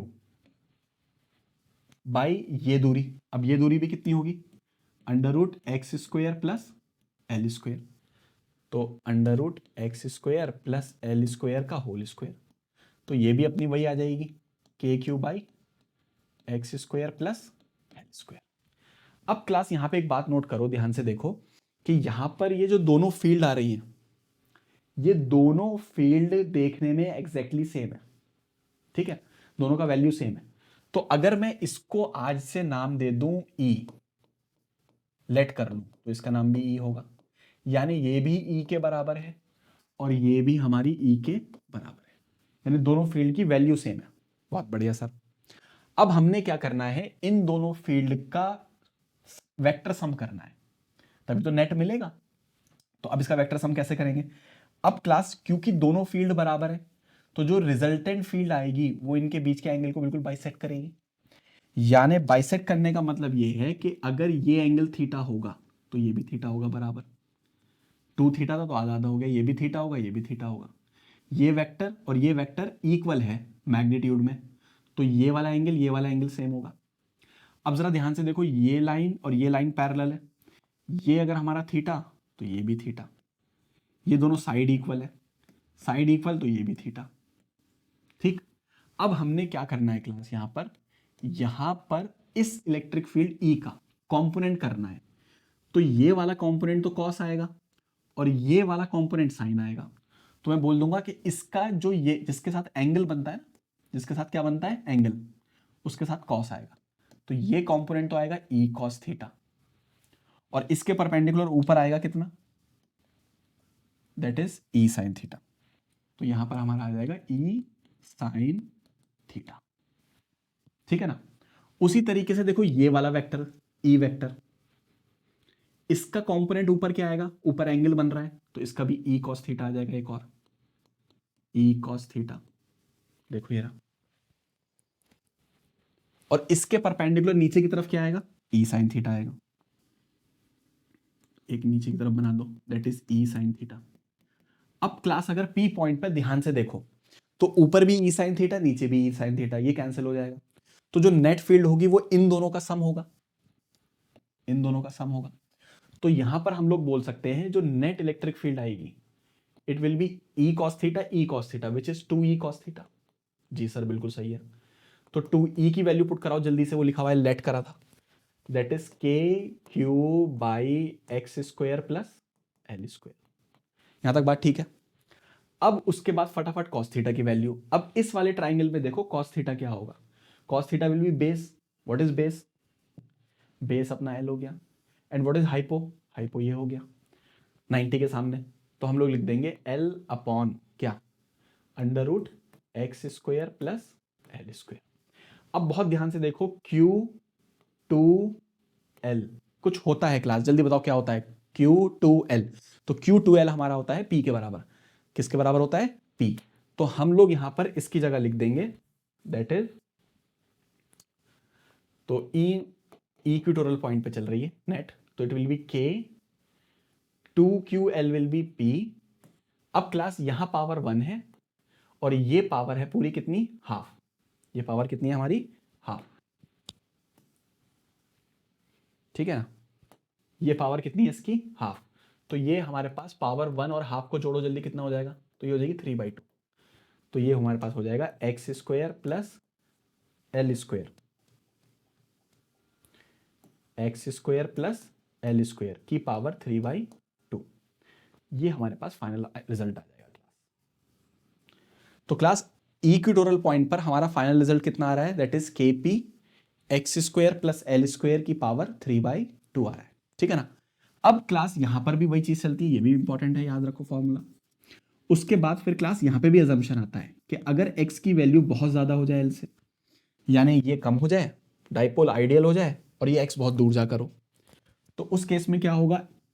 x के सामने l को नेग्लेक्ट करेंगे इस चीज को, और इसे जैसे ही नेग्लेक्ट करोगे तो आंसर क्या आएगा हमारे पास?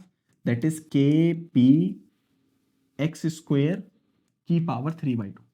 ये कैंसिल हो गया, एक्स क्यूब आ जाएगा। कितना आ जाएगा? X cube. कितना आ जाएगा? X cube. ठीक है, ये हमारे पास रिजल्ट आ गया के पी बाई एक्स क्यूब, ये आ गया। ठीक है, तो ये हमारे पास आ गया विद अजम्पशन। दो फॉर्मूले हमारे सामने आ गए। ठीक, अब क्लास इसमें हम फिर वहीं चलते हैं, एंगल पता करते हैं। अब इलेक्ट्रिक डाइपोल मूवमेंट की बात करेंगे हम लोग। इलेक्ट्रिक डाइपोल मूवमेंट की डायरेक्शन होती है -q से +q की तरफ। ये P आ गया। इलेक्ट्रिक डाइपोल मूवमेंट होता है -q से +q की तरफ, और जो नेट इलेक्ट्रिक फील्ड आ रही है वो लेफ्ट साइड आ रही है। देखो ये रही, दोनों का सम ही तो है, इधर आ रही है लेफ्ट साइड। तो क्लास यहाँ पे देखो, ये जो नेट इलेक्ट्रिक फील्ड है वो लेफ्ट साइड है, और डाइपोल मूवमेंट की डायरेक्शन किधर है? Electric dipole movement right side. तो दोनों के बीच में एंगल क्या बनेगा? 180 degree. Same direction, opposite opposite. तो ये जो 180 डिग्री का एंगल बना है, किसके बीच में बना है? Net electric field equatorial point पर और इलेक्ट्रिक डाइपोल मूवमेंट के बीच में, इन दोनों के बीच में। ये भी बहुत काम की बात है। मतलब अगर डाइपोल मूवमेंट इस तरफ है P, तो जो इलेक्ट्रिक फील्ड होगी एक्सियल पॉइंट पर वो इसके, सॉरी इक्वेटोरियल पॉइंट पर, वो इसके अपोजिट होगी। वो इसके क्या होगी? अपोजिट होगी।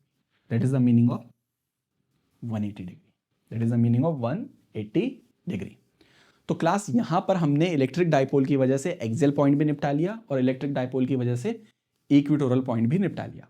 अब अगर क्लास इसको हम फटाफट एक बार जरा फॉर्मूले को लिख के देख ले, तो क्लास हमारे पास बात सिंपल सी है। ये हमारे पास एक इलेक्ट्रिक डाइपोल दे रखा है P, एक्सियल पॉइंट यहां कहीं मिलेगा, इसकी वजह से जो इलेक्ट्रिक फील्ड होगी वो डाइपोल मूवमेंट की डायरेक्शन में ही होगी। इसकी वजह से जो इलेक्ट्रिक फील्ड होगी वो डाइपोल मूवमेंट की डायरेक्शन में होगी। Axial point, equatorial point, axial point. Sir कितनी होगी?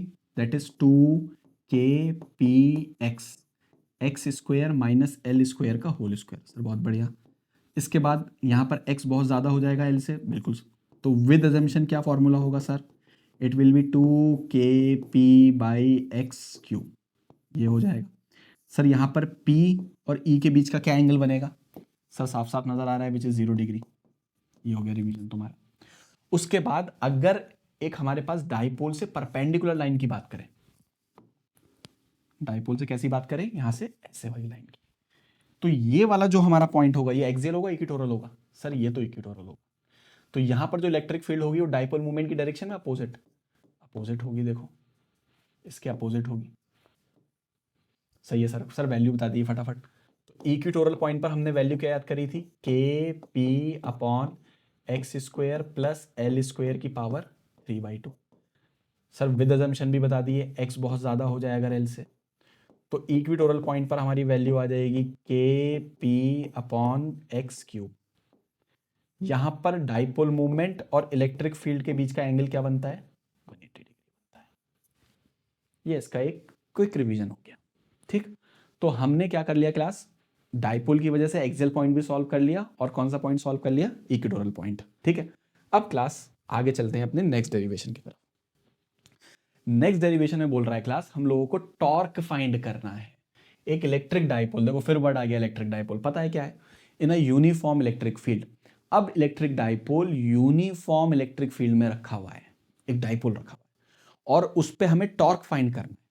अब क्लास अगर थोड़ा सा 11th में याद हो तो फोर्स किसी ऑब्जेक्ट को चलाता है तो टॉर्क घुमाता है। फोर्स चलाने के काम आ रहा है तो कभी कभार फोर्स घुमाने के काम भी आता है। तो जब फोर्स घुमाने के काम आता है दैट इज कॉल्ड टॉर्क। बहुत रफ लैंग्वेज, सिंपल लैंग्वेज में, तो टॉर्क यहां पर चलाएगा घुमाएगा, तो क्लास यहां टॉर्क घुमाएगा, ठीक है ना। इलेक्ट्रिक डाइपोल मालूम है, minus Q plus Q separated by some small distance. Uniform electric field बिल्कुल मालूम है, एक इलेक्ट्रिक फील्ड जिसकी वैल्यू भी चेंज ना हो, जिसकी डायरेक्शन भी चेंज ना हो। इस पे डेरिवेशन करना है हमें, चलो आओ निपटाते हैं। तो क्लास सबसे पहले यूनिफॉर्म इलेक्ट्रिक फील्ड बना लेते हैं, इक्वल स्पेसिंग लाइन बना लेते हैं। तो क्लास हमें एक यूनिफॉर्म इलेक्ट्रिक फील्ड दे रखी है इस तरह से, लेट्स से, ठीक, इस तरह से यूनिफॉर्म इलेक्ट्रिक फील्ड दे रखी है। तो क्लास ये हमारी आ गई यूनिफॉर्म इलेक्ट्रिक फील्ड। कितनी आ गई क्लास हमारे पास? E, ठीक है। अब क्लास यहां पर इसमें हमारे पास एक डाइपोल रखा हुआ है, लेट से कुछ इस तरीके से एक डाइपोल रखा हुआ है, ठीक है।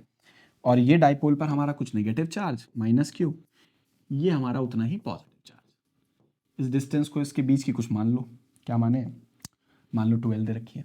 कितनी दे रखी है हमारे पास ये डिस्टेंस? 12 दे रखी है, ठीक है। अब क्लास अगर तुम यहाँ ध्यान से देखो तो इलेक्ट्रिक डाइपोल मूवमेंट की डायरेक्शन क्या होगी? It will be from minus Q to plus Q, minus Q to plus Q होगी, सही है। और इलेक्ट्रिक फील्ड की डायरेक्शन ये रही, देखो आगे की तरफ ये रही, ये हमारी इलेक्ट्रिक फील्ड की डायरेक्शन है, देखो ये रही, ठीक है। तो इन दोनों के बीच में कुछ एंगल भी दे रखा है, कितना? थीटा। तो सबसे पहले मैंने थीटा को डिफाइन कर दिया, ये समझ लो। ये इलेक्ट्रिक डाइपोल मूवमेंट दे रखा है पी, ये इलेक्ट्रिक फील्ड दे रखी है ई, तो पी और ई के बीच का एंगल क्या दे रखा है? थीटा दे रखा है। अब क्लास अगर तुम्हें थोड़ी बहुत बातें याद हो तो अगर एक यूनिफॉर्म इलेक्ट्रिक फील्ड हो या एक इलेक्ट्रिक फील्ड हो ई, उसमें अगर एक पॉजिटिव चार्ज रखा हुआ हो तो ये इलेक्ट्रिक फील्ड इस प्लस चार्ज पे फोर्स लगाती है एफ, जो कि बराबर होता है क्यू ई। सर कहाँ से आ गया? अभी तो बताया था इलेक्ट्रिक फील्ड क्या होती है, E equals F by Q, तो एफ किसके बराबर होगा? Q E. सर अब याद आ गया, ठीक है। तो क्लास अगर कोई इलेक्ट्रिक फील्ड में पॉजिटिव चार्ज रखा हो तो उस पॉजिटिव चार्ज पर ये फील्ड फोर्स लगाएगी अपनी डायरेक्शन में, अपनी डायरेक्शन। और उसी तरह से अगर कोई नेगेटिव चार्ज रखा हुआ हो तो भी फोर्स लगेगा क्यू ई, लेकिन इस बार जो फोर्स लगेगा वो फील्ड की डायरेक्शन में लगेगा, उसके अपोजिट अपोजिट लगेगा। फील्ड की डायरेक्शन में लगेगा, उसके अपोजिट अपोजिट लगेगा, ठीक है। प्लस चार्ज होगा तो फील्ड की डायरेक्शन में लगेगा, माइनस चार्ज होगा तो फील्ड के अपोजिट लगेगा। कितना लगेगा? क्यू। तो क्लास इस वाले नेगेटिव चार्ज को ध्यान से देखो, ये इलेक्ट्रिक फील्ड इस नेगेटिव चार्ज पर फोर्स लगाएगी अपनी डायरेक्शन में, अपनी डायरेक्शन से अपोजिट अपोजिट लगाएगी सर, ठीक है। कितना लगेगा? क्यू ई लगेगा। कितना लगेगा क्लास? क्यू ई लगेगा, ठीक है सर, ये तो बात समझ में आ गई। उसके बाद ये पॉजिटिव चार्ज है, इलेक्ट्रिक फील्ड में रखा हुआ है, तो ये इलेक्ट्रिक फील्ड इस पॉजिटिव पे भी लगाएगी, अपनी डायरेक्शन में लगाएगी अपोजिट लगाएगी? सर ये भी अपोजिट सॉरी अपनी डायरेक्शन में लगाएगी, प्लस चार्ज है तो कितना लगाएगी? अपनी डायरेक्शन में प्लस चार्ज। कितना लगेगा? F equals Q. अब क्लास ध्यान से देखो, इस डाइपोल पे इधर से भी क्यू ई फोर्स लग रहा है और इधर से भी क्यू ई फोर्स लग रहा है, तो ये दोनों फोर्सेस एक दूसरे को कैंसिल कर देंगे। ये राइट साइड है, ये लेफ्ट साइड है, ये भी क्यू ई, ये भी क्यू ई, दोनों ने दूसरे को कैंसिल कर दिया। तो यहां पर एक बहुत काम की बात समझ में आई कि यहां पर डाइपोल पर नेट फोर्स तो जीरो होगा, बस फील्ड कैसी होनी चाहिए? यूनिफॉर्म होनी चाहिए। नॉन यूनिफॉर्म में नॉन जीरो हो जाएगा, यूनिफॉर्म अगर फील्ड होगी तो net force will be zero. एक बात। दूसरी बात, एक फील आ रही है सर हमें कि ये फोर्स और ये फोर्स मिलके इसे घुमा रहे हैं ऐसे, ये दोनों फोर्स मिलके इसे घुमा रहे हैं ऐसे, है ना। तो इस घूमने के इफेक्ट को यहां पे किससे डिनोट रिप्रेजेंट कर रहे हैं? टॉर्क। ये फाइंड करना है। तो 11th क्लास में अगर हम चले जाएं क्लास, तो 11th क्लास में टॉर्क का एक फॉर्मूला है टॉर्क। तो क्लास यहां पर अगर तुम नोटिस करोगे तो क्लास टॉर्क कैसे फाइंड करेंगे? टॉर्क को फाइंड करने का formula, torque will be force into perpendicular distance, force into perpendicular distance, force into perpendicular distance, ठीक है। अब ये परपेंडिकुलर डिस्टेंस क्या है इसको समझते हैं। तो क्लास थोड़ा सा यहाँ पर कंस्ट्रक्शन करेंगे। यहाँ क्या करेंगे, एक लाइन तो यहाँ ड्रॉ करो नीचे की तरफ, देखो ये आ गई, ठीक, और एक यहाँ से ट्राइंगल सा बना लेते हैं, ठीक। अब क्लास यहाँ पर फोर्स तो बहुत सिंपल है, वो समझ में आ रही है बात, विच इज क्यू ई, है ना, कपल फोर्स बन रहा है। तो दोनों फोर्स में से फोर्सेस की वैल्यू तो सेम ही है, किसी भी एक फोर्स का वैल्यू लिख दो वहां पर, विच इज क्यू ई। अब यहाँ पे जो परपेंडिकुलर डिस्टेंस है, वो परपेंडिकुलर डिस्टेंस कैसे फाइंड करेंगे, उसका तरीका ये है कि वो डिस्टेंस जो दोनों फोर्स पे परपेंडिकुलर, फिर सुन लो क्लास ध्यान से मेरी बात, वो डिस्टेंस जो दोनों फोर्स पे परपेंडिकुलर। तो यहां पर कौन सी डिस्टेंस दोनों फोर्स पे परपेंडिकुलर है, इसको ध्यान से देखो, ये वाली लाइन को, ये इस वाले फोर्स के साथ भी 90 पर है और ये इस वाले फोर्स के साथ भी 90 पर है। तो ये हमारा होगा कॉमन नॉर्मल या परपेंडिकुलर डिस्टेंस, ये फाइंड करनी है। अब बताओ ये डिस्टेंस क्या दे रखी है हमें, ये पूरी 12 दे रखी है सर, बिल्कुल, ये थीटा तो ये भी थीटा तो ये भी थीटा, ठीक है। अब ये 2l है, तो ये 2l का cos थीटा होगा और ये होगा 2l का sin थीटा, 2l का sin थीटा। तो अब मैं यहां पर अगर लिखने जाऊं टॉर्क, तो क्लास में लिख दूंगा torque equals force into common normal perpendicular distance. Force कितना है, क्यू ई, सर बिल्कुल ठीक। यहां परपेंडिकुलर डिस्टेंस कितना आया, 2l sin थीटा, ठीक है सर। सर ये Q2L तो फिर देखा देखा लग रहा है, Q2L हमें फिर देखा देखा लग रहा है class, what is Q into 2L, तो Q इंटू 2L अपना होने वाला है P। तो यहां पर जो टॉर्क आ जाएगा वो आ जाएगा PE, और क्या बचा यहां पर, साइन थीटा। जी सर, तो ये हमारा फाइनल आंसर आ गया, बहुत सिंपल सा डेरिवेशन है, torque equals PE sine theta. अब यहां पर मैं इसको वेक्टर फॉर्म में लिखूंगा तो P क्रॉस E कर दूंगा, क्योंकि A क्रॉस B, तभी तो एक वेक्टर मिलेगा, P cross E sine theta के साथ है ना। तो जब साइन थीटा के साथ होगा तो बीच में क्रॉस आता है, कॉस के साथ होता तो डॉट आता है ना, वेक्टर प्रोडक्ट है, इन दोनों का क्रॉस करेंगे तो एक नया वेक्टर मिलेगा विच इज टॉर्क, ठीक है। तो ये क्लास एक सिंपल सा डेरिवेशन हो गया। इसमें हम एक दो बातें और चाहें तो अपने नोट कर सकते हैं, यहाँ पे लिख सकते हैं। जैसे पहली बात देखो क्लास, मान लो यहां पर थीटा 0 हो जाए या थीटा 180 हो जाए, साइन 0 भी 0 होता है और साइन 180 भी 0 होता है, दोनों बराबर होते हैं, ठीक है। तो उस केस में टॉर्क मिनिमम हो जाएगा, सर कितना हो जाएगा, 0 हो जाएगा, ठीक है क्लास, बहुत सिंपल बात है।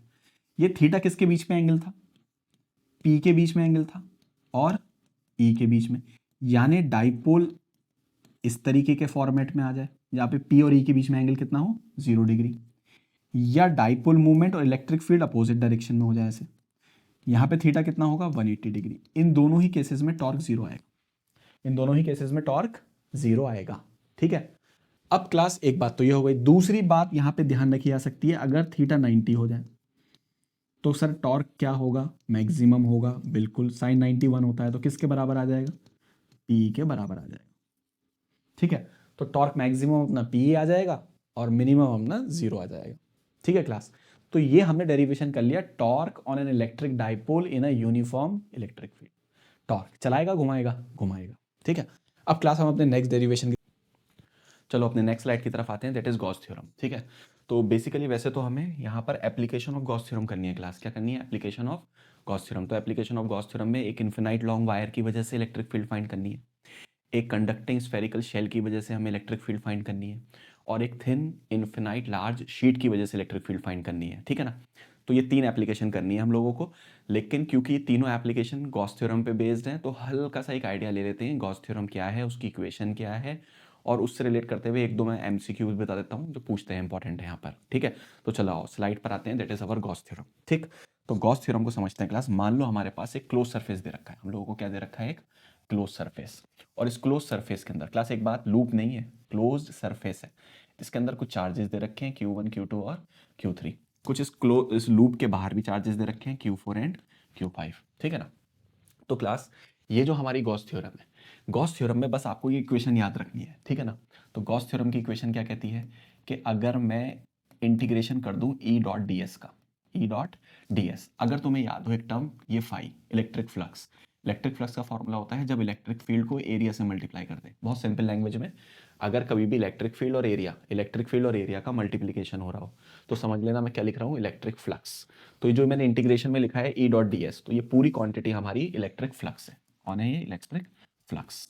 ठीक है, तो जो टोटल इलेक्ट्रिक फ्लक्स होगा इस क्लोज सरफेस से, जो टोटल इलेक्ट्रिक फ्लक्स होगा इस क्लोज सरफेस से, वो बराबर होगा हमारे किसके? 1/ε0 Q इनसाइड। अब क्लास यहाँ पे देखो 1/ε0 Q के साथ मैंने छोटा सा यहाँ पर इनसाइड लिखा है। वो क्यों लिखा है?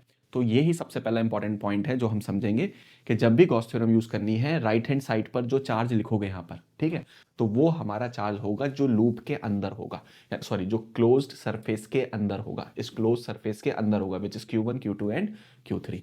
Q4 और Q5 से कोई लेना देना नहीं है यहाँ पर। ठीक है, तो this is the charge enclosed by the surface, not outside the surface. ठीक है, तो एक बात यहाँ पे याद रखनी है, this is the charge enclosed by the surface. Class क्या? Charge enclosed by the surface. ठीक है, चलो अब आगे चलते हैं।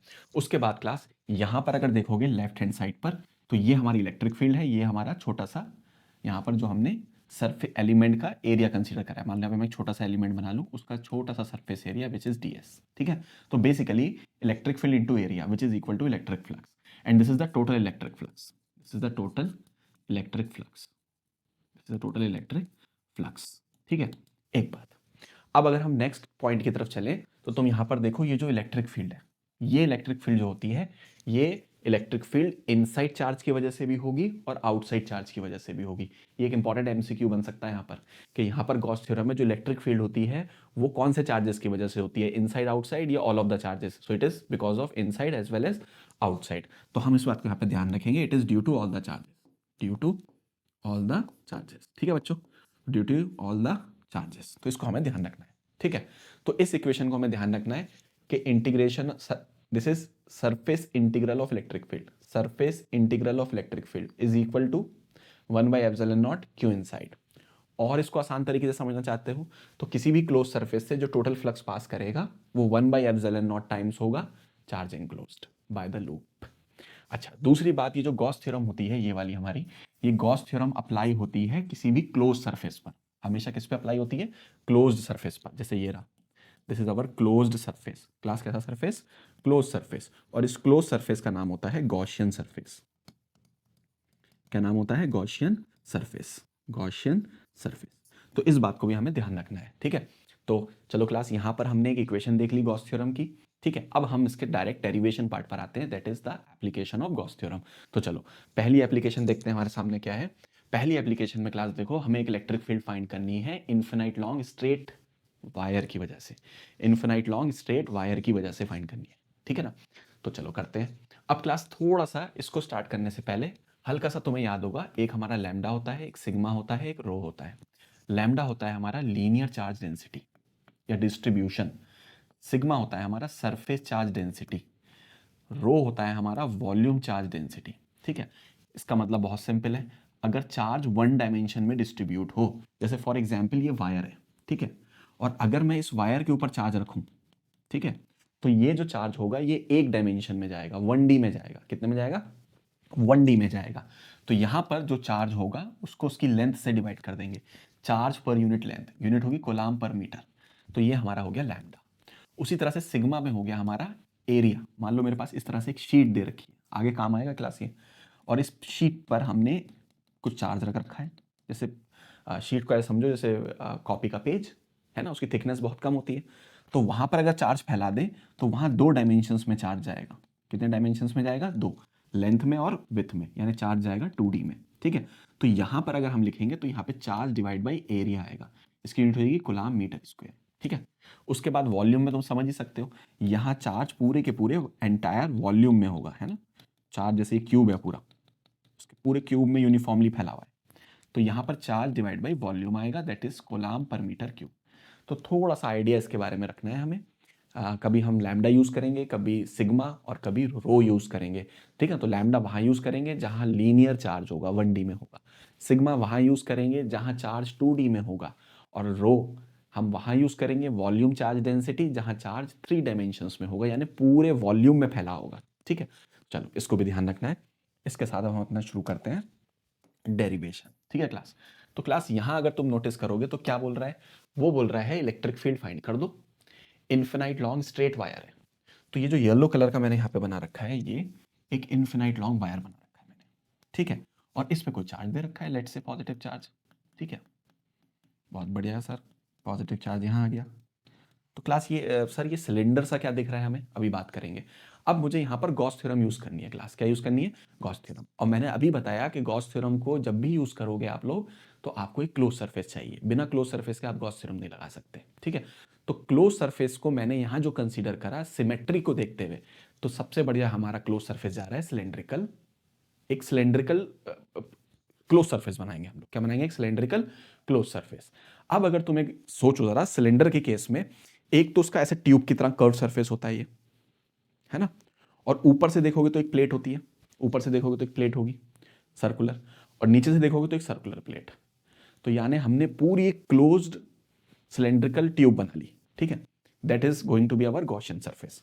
तो मैं इसको बोल सकता हूं this is our Gaussian surface, Gaussian surface, this is our Gaussian surface होगा। ठीक है बच्चों, चलो अब यहां पर याद करो मेरे पास तीन तरह की चार्ज डेंसिटी थी, लैम्डा, सिग्मा, रो। तो बच्चों यहाँ पे क्या यूज होने वाली, जल्दी बताओ, यहाँ पर होगी हमारी लैम्डा। क्यों, क्योंकि यहाँ पे चार्ज कितने डायमेंशंस में, वन डायमेंशन में, है ना, कितने डायमेंशन में, वन डायमेंशन में। अब इस गॉसियन सरफेस पर हमें फ्लक्स चेक करना है। ठीक है ना, अब गॉस थ्योरम अप्लाई करनी, बताओ गॉस थ्योरम क्या होगी हमारे यहाँ पर, तो उसकी इक्वेशन हो जाएगी total flux which is E dot d x, E dot d S is equal to 1/ε0 Q inside. तो हमें ये थ्योरम को अप्लाई कर कर क्या फाइंड करनी है, यहाँ से इलेक्ट्रिक फील्ड को फाइंड करना है। किसको फाइंड करना है, इलेक्ट्रिक फील्ड। तो चलो एक काम करते हैं, ये जो लेफ्ट हैंड साइड वाला फ्लक्स है, लेफ्ट हैंड साइड वाला फ्लक्स, इसको फाइंड करते हैं। तो हमें इस गॉसियन सरफेस के तीनों सेगमेंट पर, ऊपर वाली प्लेट, नीचे वाली प्लेट और बीच में कर्व्ड सरफेस, इन तीनों पर एक एक करके फ्लक्स चेक कर लेते हैं। ठीक है, तो सबसे पहले आओ यहां पर चेक करते हैं। तो यहां पर मैंने एक छोटा सा एरिया कंसीडर करा क्लास।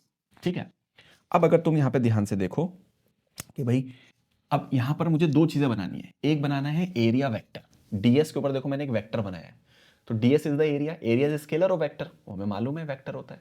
और एरिया वेक्टर को कैसे ड्रॉ करते हैं, उस सरफेस पे एक लाइन बना देते हैं नॉर्मल, उस सरफेस पे एक लाइन बना देते हैं नॉर्मल। तो यहां पर एक हम लाइन खींचेंगे which is normal to the surface, which is normal to the surface.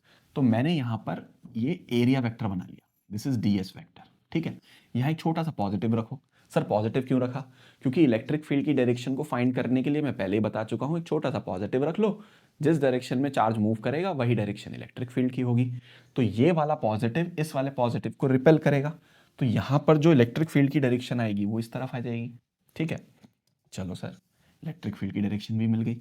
अब जरा ध्यान से देखो, दोनों के बीच में एंगल यहाँ पे 90 डिग्री का है। तो क्लास यहाँ पर अगर मैं फ्लक्स डिफाइन करूंगा तो which is E dot d S, तो which is E d S cos theta, और कॉस थीटा इज 90 डिग्री। तो क्लास यहाँ पर जो पहला फ्लक्स आ जाएगा वो आ जाएगा ई d S, what is cos 90, zero. तो पहला फ्लक्स आ जाएगा हमारा जीरो। तो क्लास ये वाली जो ऊपर वाली प्लेट है, इसको इलेक्ट्रिक फील्ड लाइन छू के जा रही है, क्रॉस नहीं कर रही, इसी वजह से यहाँ पर फ्लक्स आ गया जीरो। तो स्टूडेंट, तो हमारे पहले वाले सरफेस से कितना फ्लक्स आ गया, 0 डिग्री आ गया, क्योंकि क्लास यहाँ पे एंगल कितना बना अपना, 90 डिग्री। चलो अब आगे चलते हैं। अब जो नीचे वाली प्लेट है, अब नीचे वाली प्लेट पे चेक करते हैं फ्लक्स कितना होगा। तो यहां पर हमने क्या करा, एक छोटा सा सरफेस इमेजिन कर लिया डीएस। अब जब मैं इस पे एरिया वेक्टर बनाऊंगा, तो जब इस पे एरिया वेक्टर बनाऊंगा तो मैं एक लाइन बना दूंगा नीचे की तरफ एक नॉर्मल। तो क्लास ये इसका कौन आ गया, एरिया वेक्टर। और यहां पर अगर हम एक पॉजिटिव चार्ज रखें तो ये पॉजिटिव पॉजिटिव को रिपेल करेगा, तो जो इलेक्ट्रिक फील्ड आएगी वो इस डायरेक्शन में आ जाएगी। ठीक है ना, तो क्लास यहां पर अगर नोटिस करो, ये हमारी डायरेक्शन हो गई इलेक्ट्रिक फील्ड की और ये डायरेक्शन हो गई हमारी एरिया वेक्टर की। ठीक है, अब फिर से यहां पर एंगल देखो क्लास फटाफट कितना बन रहा है हमारा, 90 डिग्री। ठीक है, तो यहां पर भी cos 90 जीरो हो जाएगा। तो नीचे वाली प्लेट से जो फ्लक्स आएगा phi 2, it will be E d s cos 90 degree, and what is cos 90, zero. तो सेकंड से भी जो हमारा फ्लक्स आ जाएगा वो कितना आ जाएगा, जीरो आ जाएगा। तो हमारे पास पहले वाले सरफेस अपर प्लेट से भी फ्लक्स कितना आ रहा है, जीरो, और उसी तरह से क्लास नीचे वाली प्लेट से भी फ्लक्स कितना आ रहा है हमारे पास, जीरो आ रहा है। अब हम सिलेंड्रिकल ट्यूब के कर्व सरफेस एरिया से फ्लक्स चेक करेंगे। ठीक है, तो क्लास यहां पर एक काम करो, इधर या इधर कहीं पे भी एक छोटा सा सरफेस यहां पे भी इमेजिन कर लो, दैट इज डीएस। ठीक है, अब क्लास इस पे भी हम एक नॉर्मल बनाएंगे एरिया वेक्टर के लिए। तो क्लास जब मैंने इस पे नॉर्मल बनाया एरिया वेक्टर के लिए तो डायरेक्शन कुछ ऐसी आएगी, ठीक है क्लास। तो ये हमारा एरिया वेक्टर हो गया ds। अब यहाँ एक पॉजिटिव रखो, पॉजिटिव पॉजिटिव को रिपेल करेगा, तो जो हमारी इलेक्ट्रिक फील्ड की डायरेक्शन आएगी वो बाहर की तरफ आएगी कुछ ऐसे। तो क्लास ये इलेक्ट्रिक फील्ड आ गई। अब क्लास ध्यान से देखो, एकदम साफ साफ पता लग रहा है यहाँ पर कि यहाँ एरिया वेक्टर और इलेक्ट्रिक फील्ड के बीच में कितना एंगल बनना है, 0 डिग्री। तो यहाँ पर हमने एंगल लिख दिया theta is going to be our 0 degree. Now we are going to find flux number 3 from the curved surface of the cylindrical Gaussian surface which is E ds cos 0। What is cos 0? तो class अच्छा integration लगा लेंगे total के लिए। तो class यहाँ पर cos 0 कितना होगा, 1 होगा। सो it will B E integration of ds, E integration of ds। तो यहाँ पे जो थर्ड फ्लक्स आ जाएगा वो आ जाएगा E what is curved surface area of cylinder. Class ये मालूम होगा, अगर हमारे पास एक सिलेंडर दे रखा है जिसकी लेंथ L है, एरिया कितना दे, रेडियस कितना दे रखा है R, है ना। तो यहाँ पे curved surface area of cylinder क्या होता है, which is curved surface area of cylinder is going to be 2 pi r into h यानी L। Curved surface area will be 2 pi r into L, ठीक है ना। तो चलो क्लास ये वाली चीज यहाँ अप्लाई कर देते हैं। तो यहाँ पर जो कर्व्ड सरफेस एरिया आ जाएगा हमारा वो आ जाएगा 2 पाई r h। अब h की जगह क्लास यहाँ पे इस गॉसियन सरफेस की लेंथ मान लो L दे रखी है हमें, ठीक है। तो यहाँ पर ये आ गया हमारा तीसरा flux E 2 pi r L। अब क्लास हम लोगों को क्या करना है, गॉस थ्योरम अप्लाई करनी है। गॉस थ्योरम के जो लेफ्ट मोस्ट साइड पर चीज लिखी हुई है, this is the total flux, this is the total flux. तो अगर मैं यहां टोटल फ्लक्स निकालूं, क्या फाइंड करूं क्लास, टोटल फ्लक्स। तो टोटल फ्लक्स इन तीनों का सम दैट इज φ1 प्लस φ2 प्लस φ3। तो क्लास यहां पर जो हमारा टोटल फ्लक्स आएगा वो आ जाएगा E2 पाई r इंटू L। ओ तो बाकी दोनों तो जीरो हैं, फर्स्ट वाला भी जीरो, सेकंड वाला भी जीरो, टोटल यही आ जाएगा E2 पाई r L, ठीक है। तो क्लास ये हो गई हमारी इक्वेशन, मान लो कुछ भी लाइट से 1, ठीक। तो ये वाला LHS मुझे मिल गया। अब मेनली मुझे जाना है RHS की तरफ, ये राइट हैंड साइड जाना है। तो 1/ε0 Q इनसाइड चाहिए मुझे वहां पर। तो क्लास अगर मैं यहां पर ध्यान से देखूं, चलो मैं लिख देता हूं यहां पर फ्रॉम गॉस थ्योरम, क्योंकि एप्लीकेशन गॉस थ्योरम की है, फ्रॉम गॉस थ्योरम। तो गॉस थ्योरम के अकॉर्डिंग जो ये वाला फ्लक्स होगा इक्वेशन नंबर 1 का, ये वाला, इसको मैं बराबर कर दूंगा E2 पाई r L को 1/ε0 Q इनसाइड। अब क्लास बस कहीं से ही Q इनसाइड मिल जाए, डेरिवेशन अपना हो जाएगा पूरा। तो Q इनसाइड के लिए मैं इस लैम्डा का यूज करूंगा क्लास, ध्यान से देखना। देखो क्लास लैम्डा सिंपली समझो क्या है भाई, लैम्डा है चार्ज, चार्ज किधर, L लेंथ के अंदर। मुझे चार्ज चाहिए कितना, पूरा चार्ज चाहिए इनफिनाइट वायर पे या L लेंथ के अंदर। इनसाइड तो ये है ना, देखो इनसाइड ये वाला चार्ज चाहिए मुझे, और इसकी लेंथ कितनी है, L है। तो मैं लिखूंगा यहां पर that is Q inside into इसकी लेंथ L। तो यहां से जो मुझे Q इनसाइड मिलेगा वो हो जाएगा लैम्डा इंटू L। कितना हो जाएगा, लैम्डा इंटू L। तो मैं यहां पर लिख दूंगा Q इनसाइड की जगह lambda into L। So 2 pi r L 1/ε0 times that is lambda into L। L से L यहां कैंसिल हो गया, तो E value will be this 2 pi यहां नीचे आएगा, तो 1/2 पाई ε0, लैम्डा तो बचा हुआ है ये, और R नीचे आएगा, ठीक है। अब क्लास यहां पर R कौन था, ये वो जो गॉसियन सरफेस है उसका रेडियस है ना, गॉसियन सरफेस का क्या रेडियस, ये रहा, ठीक है ना, ये गॉसियन सरफेस का रेडियस। और इसी पॉइंट पर हमें इलेक्ट्रिक फील्ड फाइंड करनी है ना। इसी पॉइंट पर हमने क्या फाइंड करी है, इलेक्ट्रिक फील्ड आ गई हमारी। कितनी डिस्टेंस पर आ गई, वायर से R डिस्टेंस पर हमें इलेक्ट्रिक फील्ड मिल गई, ठीक है। वायर से कितने डिस्टेंस पर, R डिस्टेंस पर हमें क्या मिल गई, इलेक्ट्रिक फील्ड, ठीक है। तो ये, तो यहां पर R गॉसियन सरफेस का रेडियस भी है, और ये R को हम बोल सकते हैं distance of the point from the infinite long wire where we have calculated the electric field. यानी जिस पॉइंट पर तुमने इलेक्ट्रिक फील्ड फाइंड करी है, देखो है ना, उस पॉइंट की दूरी कहां से, वायर से। So distance of the point from the wire, perpendicular distance of the point from the wire, from the wire, ठीक है, इसको ध्यान रखना है। अच्छा क्लास वैसे मैं इस फॉर्मेट में याद नहीं रखता, मैं याद रखता हूं इसको 2 से मल्टीप्लाई कर लूं, 2 से डिवाइड, 2 से मल्टीप्लाई 2 से डिवाइड, तो ये हो जाएगा नीचे 1/4 पाई ε0 2 लैम्डा बाई r। कितना हो जाएगा, 2 lambda by r, 2 lambda by r। ऐसा क्यों बोल रहा हूं मैं, इस फॉर्मेट में याद रखो क्योंकि मुझे इसकी वैल्यू मालूम है, विच इज 9 इंटू 10 की पावर 9, विच इज 9 इंटू 10 की पावर 9। तो ये हमारा डेरिवेशन हो गया पहला एप्लीकेशन ऑफ गॉस थ्योरम का, which is infinite long wire की वजह से कितनी दूरी पर, r दूरी पर एक पॉइंट है, वहां हमने क्या फाइंड कर ली, इलेक्ट्रिक फील्ड। ठीक है, थोड़ा सा इसको और देखो, समझते हैं। यहाँ पे एक न्यूमेरिकल भी पूछ लेता है पेपर में, तो हल्का सा देख लो। तो हमने क्या करा क्लास, एक हमारे पास इन्फिनाइट लॉन्ग वायर था और उस पर कुछ चार्ज था। ठीक है, उसकी चार्ज डेंसिटी कौन सी थी, यहाँ पे लैम्डा है ना। इन्फिनाइट लॉन्ग वायर था, यहां से कितनी दूरी पर गए हम लोग, r डिस्टेंस पर चले गए, बहुत बढ़िया। और एक पॉइंट था जिसका नाम P, और वहां हमें इलेक्ट्रिक फील्ड फाइंड करनी थी। पॉजिटिव चार्ज रख लो, प्लस प्लस को अट्रैक्ट करेगा, रिपेल करेगा, सर रिपेल करेगा। तो हमारी ये डायरेक्शन आ गई किसकी, इलेक्ट्रिक फील्ड की। किसकी डायरेक्शन आ गई हमारी, इलेक्ट्रिक फील्ड की। तो इलेक्ट्रिक फील्ड की जो ये वैल्यू होगी वो ध्यान रखनी है, that is 1/4 pi epsilon naught 2 lambda by r, 2 lambda by r. ठीक है ना। उसके बाद यहां पर इस फॉर्मूले पे बेस्ड सवाल आ सकता है पेपर में। ठीक है, हो सकता है डेरिवेशन उसके साथ एक सवाल जुड़ा हुआ हो। दूसरा यहां पर क्या करेगा क्लास, वो यहां पर ग्राफ भी बनवा सकता है सवाल की जगह। ग्राफ बोलेगा ई और आर के बीच में ग्राफ बना दो। किसके बीच में, वैल्यू ऑफ इलेक्ट्रिक फील्ड और आर। ठीक है, अब ध्यान से देखो, यहां पर जो ई और आर का रिलेशन है वो इनवर्स रिलेशन में है। ठीक है, इनवर्स रिलेशन का मतलब है इसको ज्यादा करोगे ये कम होगा, इसको कम करोगे तो ये ज्यादा होगा। ठीक है, तो यहां पर इनवर्सली प्रोपोर्शनल का एक ग्राफ हम बना देंगे। ठीक है, तो यहां पे ई और आर कैसे प्रोपोर्शनल होंगे, इनवर्सली प्रोपोर्शनल होंगे।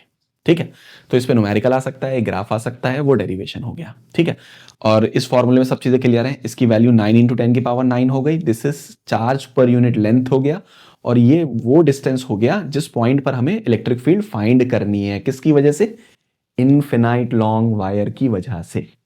ठीक है, तो ये डेरिवेशन हमारा यहां पे कंप्लीट होता है। आओ अपने नेक्स्ट एप्लीकेशन की तरफ चलते हैं, दैट इज क्लास। देख सकते हो हमें अब फाइंड करनी है इलेक्ट्रिक फील्ड। अब हमारे पास कौन है, infinite large plane sheet. Infinite large plane sheet class देख सकते हो, मैंने डायग्राम बना रखा है हल्का सा, कि हमारे पास एक थिन शीट दे रखी है, यानी जिस पेपर पे तुम लिख रहे हो अभी कॉपी के, मुझे पूरी उम्मीद है नोट्स बना रहे होगे, हाथों हाथ लिखते हैं ना।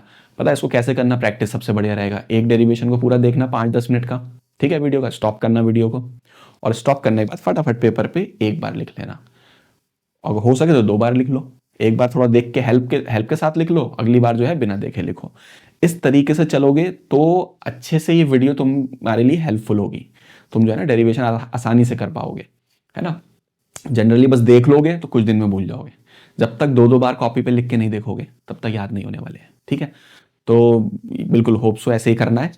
तो अब यहां पर आगे चलेंगे हम लोग। तो हमारे पास इलेक्ट्रिक फील्ड फाइंड करनी है इनफिनाइट लार्ज प्लेन शीट। ठीक है, तो जिस कॉपी पे तुम लिख रहे हो उस पे चार्ज फैला दो। ठीक है, तो अगर उस पे चार्ज फैलाओगे तो चार्ज कितने डायमेंशंस में जाएगा, सर चार्ज जाएगा 2 डायमेंशंस में, बिल्कुल सही बात है। एक लेंथ में जाएगा, एक विड्थ में जाएगा, थिकनेस तो बहुत ही कम है। तो यहाँ पे जो चार्ज डेंसिटी चलेगी, यहाँ पर जो चार्ज डेंसिटी चलेगी, तो यहाँ पे चार्ज डेंसिटी कौन सी चलेगी क्लास, सोचो जरा, लैम्डा सिग्मा रो। तो सर यहाँ पे चलेगा sigma, charge per unit area चलेगा सर, बिल्कुल सही बात है। तो सिग्मा चला देंगे, लो सिग्मा चल गया। क्या चल गया यहाँ पे क्लास, सिग्मा। तो सिग्मा का मतलब हो गया that is charge per unit area. ठीक है, चलो इसका सिग्मा। अब हमने यहां पर गॉस थ्योरम को अप्लाई करना है। तो क्लास गॉस थ्योरम को अप्लाई करने के लिए क्लोज सरफेस चाहिए, that is called Gaussian surface. तो चलो इसका गॉसियन सरफेस बनाते हैं। लेकिन हमें टास्क क्या दिया है, हमसे बोला गया है कि यहां से आर डिस्टेंस पर, यहां से कितने डिस्टेंस पर, आर डिस्टेंस पर हम लोगों को एक इलेक्ट्रिक फील्ड फाइंड करनी है इस पॉइंट पर, पी पॉइंट पर। यह टास्क है। ठीक है, तो चलो इसको गॉस थ्योरम से पूरा कर देते हैं। तो हमने क्या करा, एक गॉसियन सरफेस ड्रॉ करना है हमें। तो हमने यहां पर एक सर्कुलर प्लेट, ठीक है, 10 रुपए का सिक्का रख दो ऐसे करके। ठीक, फिर उसके बाद यहां से इस पॉइंट से फिर आर डिस्टेंस पर, इस पॉइंट से फिर कितना जाओ, आर डिस्टेंस पर। ठीक है, एक और 10 रुपए का सिक्का रख दो, कोई प्रॉब्लम नहीं सर, लीजिए। ठीक है, तो 2 10 रुपए के सिक्के रख दिए हमने। उसके बाद इसको जोड़ लो, एक सिलेंड्रिकल ट्यूब बन जाएगी, और यही सिलेंड्रिकल ट्यूब हमारा काम करेगी किसका, गॉसियन सरफेस का। सिलेंड्रिकल ट्यूब हमारा किसका काम करने वाली है क्लास, गॉसियन सरफेस का। ठीक है, तो यहां देखो मैंने क्लास ये गॉसियन सरफेस तैयार कर लिया। जैसे पहले क्या था, पहले वर्टिकल सिलेंडर था, हॉरिजॉन्टल सा बना ली ट्यूब। अब तुम्हें पहले जैसे मैंने बताया था वही, यहां पर एक सर्कुलर प्लेट है, यहां एक सर्कुलर प्लेट है, और उसके बाद बीच में एक कर्व सरफेस है। तीनों पे हमें फ्लक्स चेक करना है, टोटल फ्लक्स निकालना है, गॉस थ्योरम लगानी है, इक्वल टू 1/ε0 टोटल चार्ज। बस क्लास सिंपल। चलो करते हैं, ठीक है। तो क्लास सबसे पहले यहां पर चलो एक वो बनाते हैं, एरिया वेक्टर। तो एरिया वेक्टर तो सर अपना वही होता है, एक लाइन ड्रॉ कर दो नॉर्मल टू द सरफेस, कर दी। तो क्लास ये आ गया हमारा एरिया वेक्टर, तो इसको तुम डेल्टा एस बोल दो। चलो यहाँ पर ये आ गया एरिया वेक्टर। और उसके बाद यहाँ एक प्लस चार्ज रख के देख लो, प्लस प्लस को रिपेल कर रहा है, ये प्लस इस प्लस को रिपेल कर रहा है, तो यहाँ पर सर हमारी एक इलेक्ट्रिक फील्ड आ गई बाहर की तरफ। बिल्कुल सही बात है। तो इलेक्ट्रिक फील्ड कितनी आ गई हमारी, ये आ गई। सर यहाँ पर एंगल जो बनेगा हमारा 0 डिग्री बनेगा, बिल्कुल ठीक। पहली फ्लक्स जो हो जाएगी हमारी वो हो जाएगी ई ए कॉस 0। इंटीग्रेशन में मत लिखो, ऐसे लिख लो, E A that is delta S, what is cos 0, 1। ठीक है, तो ये पहला फ्लक्स आ गया ई डेल्टा एस। पहला फ्लक्स कितना आ गया हमारा, ई डेल्टा एस आ गया। ठीक है, बहुत ही सिंपल। उसी तरह से इस पे सेम आने वाला है, देखो जरा। अब हमने क्या करा क्लास, यहां पर हमें निकालना है, तो यहां पर हमने एक लाइन ड्रॉ कर ली नॉर्मल एरिया वेक्टर के लिए। यहां पे एक लाइन ड्रॉ कर लेंगे क्लास नॉर्मल एरिया वेक्टर के लिए। प्लस चार्ज रखा, प्लस ने प्लस को अट्रैक्ट करा, रिपेल करा, रिपेल करा, इलेक्ट्रिक फील्ड बना लेंगे। तो क्लास ये अपना एरिया वेक्टर हो गया, ये अपनी इलेक्ट्रिक फील्ड हो गई। दोनों में साफ दिख रहा है, फिर से एंगल 0 है, बहुत बढ़िया। तो सेकंड फ्लक्स आ जाएगा E into area into cos 0, cos 0 अपना 1 हो जाएगा। तो यहाँ पे फ्लक्स आ जाएगा E डेल्टा एस, कितना आ जाएगा, E डेल्टा एस। फिर से वही आ गया E डेल्टा एस। ये बना दिया अपने हमने इक्वेशन नंबर सेकेंड। तो क्लास इक्वेशन फर्स्ट से भी मिल गया E delta S, equation second मिल गई हमें E डेल्टा एस, दोनों से फ्लक्स आ गया। ठीक, अब एक काम करते हैं क्लास हम लोग, यहाँ जो ये कर्व सरफेस है इस ट्यूब का, इससे और पता कर लेते हैं कितना फ्लक्स है। तो इसके लिए काम करो, यहाँ पे एक छोटा सा एरिया डिफाइन कर लो किसी भी इस ट्यूब पे कहीं पर भी। ये यहाँ एक पॉजिटिव रखोगे तो प्लस प्लस को धकेलेगा, प्लस प्लस को धकेलेगा, और area vector normal to the surface. तो जल्दी से बोल दो सर कि यहाँ पर एंगल क्या आने वाला है इलेक्ट्रिक फील्ड और एरिया वेक्टर के बीच में। तो तुम बोलोगे सर ये हो गई अपनी इलेक्ट्रिक फील्ड, ये हो गया अपना एरिया वेक्टर। ठीक है, और दोनों के बीच में एंगल बन गया 90 डिग्री। और यहां पर जो थर्ड फ्लक्स आएगा वो हमारा 0 आएगा। क्यों आएगा, क्योंकि cos 90 की वैल्यू 0 होती है क्लास। तो अब हम इस पोजीशन में आ चुके हैं कि इस वाले डेरिवेशन के लिए टोटल फ्लक्स फाइंड कर सके। ठीक है, तो जरा इसको थोड़ा जगह घेर लिया इसने क्लास, छोटा करके साइड में कर देते हैं। तो थोड़ा इसको छोटा करते हैं और इसको साइड में खिसका देते हैं, ये आ गया अपना। ठीक, चलो। तो क्लास अब हमने निकालना है टोटल फ्लक्स। तो हम जब टोटल फ्लक्स निकालेंगे तो तीनों का सम करेंगे, तो E डेल्टा एस 2 बार आएगा और एक बार 0 आएगा हमारा, बिल्कुल सही। तो यहां पर जो हमारा टोटल फ्लक्स आ जाएगा वो आ जाएगा 2E delta S, 2E delta S. तो ये हमारा टोटल फ्लक्स आ गया। ठीक, अब हमें लगा देनी है from Gauss theorem, from Gauss theorem. तो गॉस थ्योरम क्या कहती है कि जो टोटल फ्लक्स होगा वो 1/ε0 Q इनसाइड होगा। बस सर कहीं से Q इनसाइड और मिल जाए बात बन जाएगी। टोटल फ्लक्स तो ये रहा 2E delta S, 2E delta S 1/ε0 Q inside. Sir Q inside कैसे निकालें, चलो मैं हेल्प करूंगा। अब यहां पर देखो कि ये जो सिग्मा है हमारे पास, कौन है, सिग्मा, इसी का यूज करेंगे। सिग्मा क्या है हमारे पास, charge divide by area, charge divide by area. अब क्लास ये जो शीट है ये तो इन्फिनाइट लार्ज है, देखो ये रहा। ठीक, तो मुझे सारे चार्ज से थोड़ी ना मतलब है, मुझे उस चार्ज से मतलब है जो उस ट्यूब के अंदर फंस रहा है, इस ट्यूब के अंदर है। यानी मुझे इस वाले चार्ज से मतलब है जो यहां पर ट्यूब के अंदर है। तो ट्यूब में एक 10 रुपए का सिक्का बनाओ इसके जैसा, मुझे सर इस वाले चार्ज से मतलब है जो ट्यूब के अंदर है, ये वाला सर, सारा ये ट्यूब के अंदर वाला। तो क्या बता सकते हो इस ट्यूब का एरिया कितना होगा, सर इसका तो डेल्टा एस माना है हमने, इस ट्यूब का एरिया तो डेल्टा एस चल रहा है, ये डेल्टा एस था, ये भी डेल्टा एस है, तो ये भी डेल्टा एस है। बहुत बढ़िया। तो हमारे पास सिग्मा क्या होता है, दैट इज चार्ज इनसाइड, और इनसाइड का एरिया कितना है, डेल्टा एस। तो यहां से इनसाइड चार्ज आ जाएगा sigma into delta S. Class कितना आ जाएगा, सिग्मा इंटू डेल्टा एस। तो यहां से मुझे चार्ज मिल गया, बहुत बढ़िया। इस चार्ज को उठा के यहां रख दो, तो ये उठा के जैसे यहां रखोगे सिग्मा डेल्टा एस, ठीक है। तो यहां से डेल्टा एस कैंसिल होगा क्लास, ये देखो डेल्टा एस से डेल्टा एस कैंसिल। तो यहां पे बचा हमारे पास 2E equal sigma by epsilon naught. 2 को नीचे ले आओ तो सिग्मा बाई 2 एप्सिलॉन नॉट आ गया। क्लास ही फाइनल आंसर आ गया हमारा। तो जो फाइनल इलेक्ट्रिक फील्ड आई इस P पॉइंट पर, जो फाइनल इलेक्ट्रिक फील्ड आई इस P पॉइंट पर, वो हमारी आ गई क्लास सिग्मा। ध्यान से सुन लो, न्यूमेरिकल आ सकता है सिग्मा बाई 2 एप्सिलॉन नॉट। अभी जब मैं अपनी न्यूमेरिकल वाली सीरीज लेकर आऊँगा तो क्लास बहुत अच्छे से मैं उस पर वर्क कर रहा हूँ, बहुत ही सिलेक्टिव क्वेश्चन निकाल रहा हूँ एमसीक्यूज में, ठीक है ना। मतलब जितनी भी सीरीज है सब में बहुत सिलेक्टिव क्वेश्चन, फटाफट इस डेरिवेशन को हफ्ता 10 दिन में निपटाते हैं। उसके बाद मैं एमसीक्यूज की सीरीज लाऊंगा, फिर एक असर्शन रीजन एमसीक्यूज में शामिल कर लूंगा या अलग से बना लूंगा, और पीवाईक्यूज और न्यूमेरिकल्स। तो बहुत ही सिलेक्टिव करवाऊंगा वो चीज़ें जो बोर्ड के लिए बहुत इंपॉर्टेंट है। डेफिनेटली तुम इस सीरीज को फॉलो करो, डेफिनेटली आपको इससे फायदा पहुंचेगा बोर्ड के पेपर में। और बहुत थोड़ा थोड़ा करके रोज 1-1.5 घंटा हमारी वीडियोस के साथ चलते रहो, तो फिजिक्स के पेपर तक पहुंचते पहुंचते सब रेडी हो जाएगा वो, ठीक है, परेशान नहीं होना है। तो यहां पर हम पहुंच गए। तो हमारे पास जो फाइनल रिजल्ट आया है क्लास, तो वो कितना आया, तो इलेक्ट्रिक फील्ड जो पी पॉइंट पर आई वो आ गई class sigma bye 2 epsilon not. इसको अच्छे से याद रखना है हमें, ठीक, सिग्मा बाय 2 एप्सिलॉन नॉट। अब क्लास यहां एक बड़ी इंपॉर्टेंट बात नोट करो।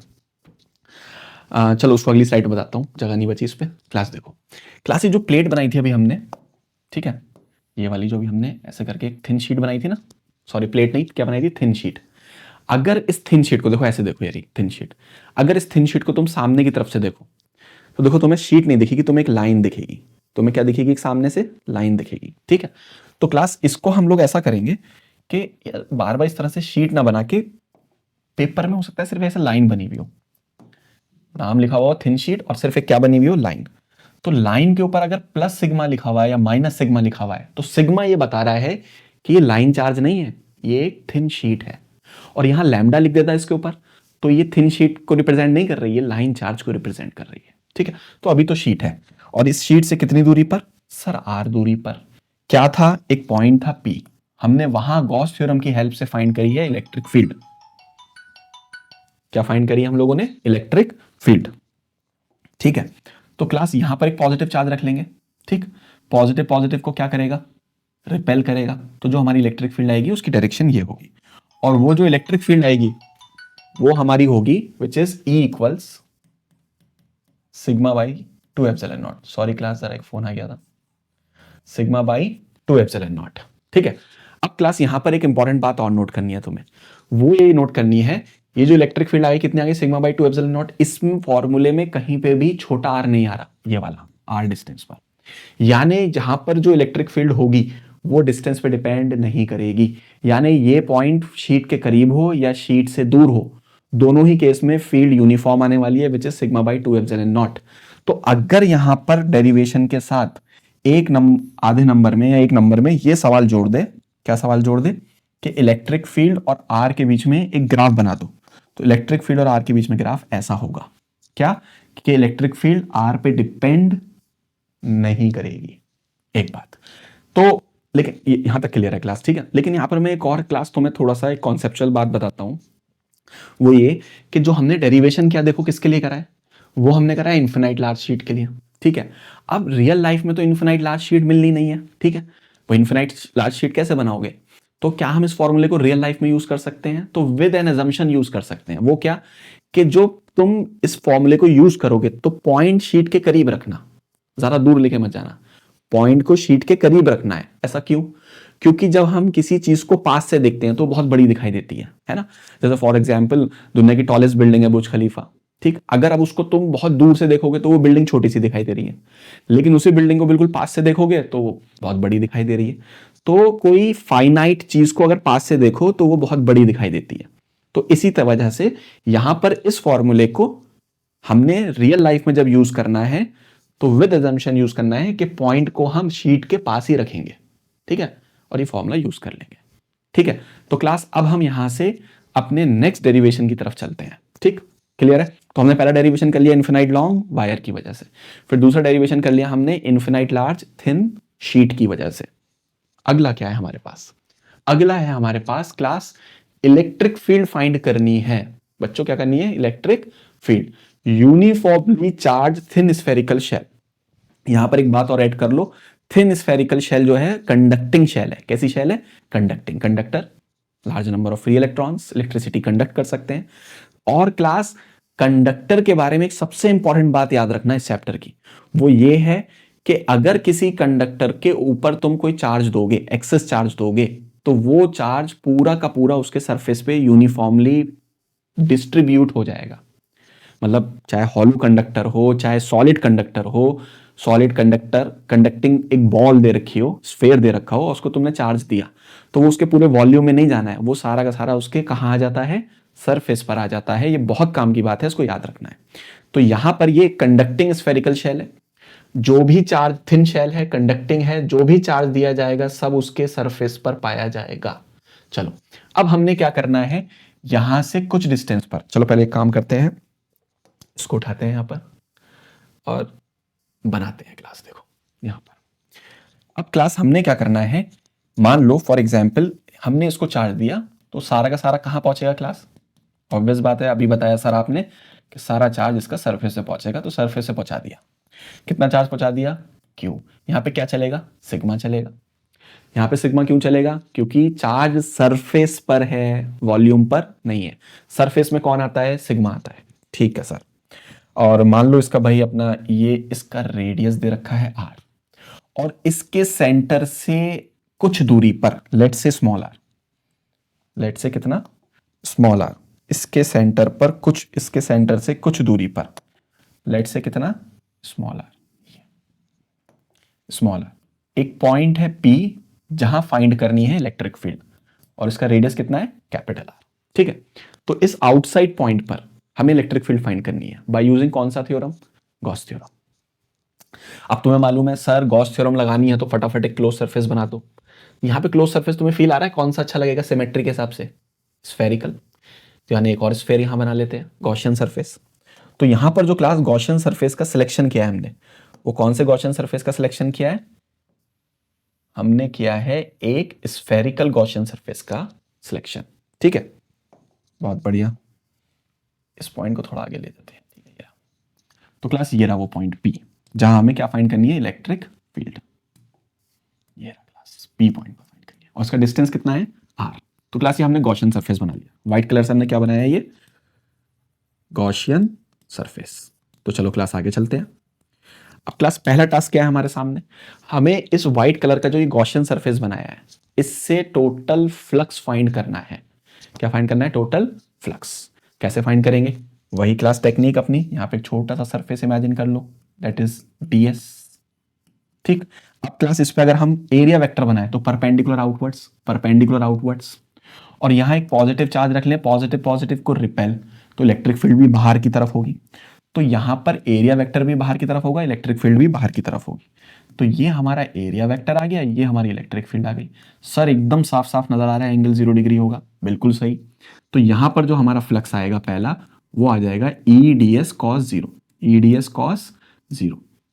तो यहां पर हमारे पास इलेक्ट्रिक फील्ड बाहर निकाल लेंगे, यूनिफॉर्म होगी in terms of value. Class ये समझ लेना, in terms of value electric field uniform है। क्यों, प्लस चार्ज की वजह से इलेक्ट्रिक फील्ड लाइंस बाहर की तरफ, बाहर की तरफ, बाहर की तरफ, बाहर की तरफ, लेकिन सेंटर से इस पे लाई करने वाला हर पॉइंट इक्वल डिस्टेंस पर है। तो इसलिए इलेक्ट्रिक फील्ड की वैल्यू तो चेंज नहीं होगी, डायरेक्शन चेंज हो रही है। तो in terms of value uniform है, बाहर आ गया। इंटीग्रेशन में क्या बचा, ds, व्हाट इज cos 0, 1। तो ये e बाहर आ गया। अब बताओ class surface area, surface area football का, फुटबॉल है हमारे पास, फुटबॉल का सरफेस एरिया क्या होगा, तो एक स्फेयर का सरफेस एरिया होता है 4 पाई आर स्क्वायर।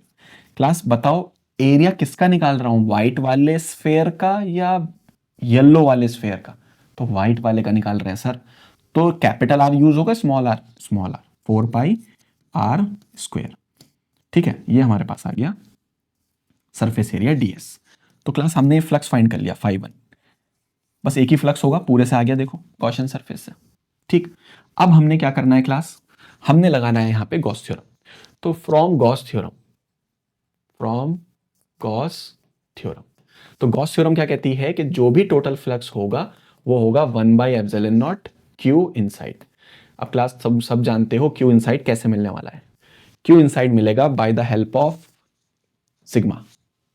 तो चलो क्लास सिग्मा की हेल्प से निकालते हैं। तो क्लास सिग्मा हमारे पास क्या है, चार्ज डिवाइडेड बाय इसका एरिया, इसके ऊपर है ना चार्ज, येलो वाले के ऊपर। व्हाट इज येलो वाले का एरिया, सो द येलो वाले का area will be 4 pi r square, भाई वो भी स्फेयर ही है। तो यहां से हमें Q मिल जाएगा, Q इनसाइड। अच्छा वैसे क्लास देखो, डायरेक्टली एक बात हम डायरेक्टली भी लिख सकते हैं, ये जो हमारा व्हाइट वाला गॉसियन सरफेस है, इसके अंदर वाला चार्ज चाहिए मुझे, और इसके अंदर जो चार्ज है वो पूरा का पूरा क्यू है, ऐसे लिख दो डायरेक्ट।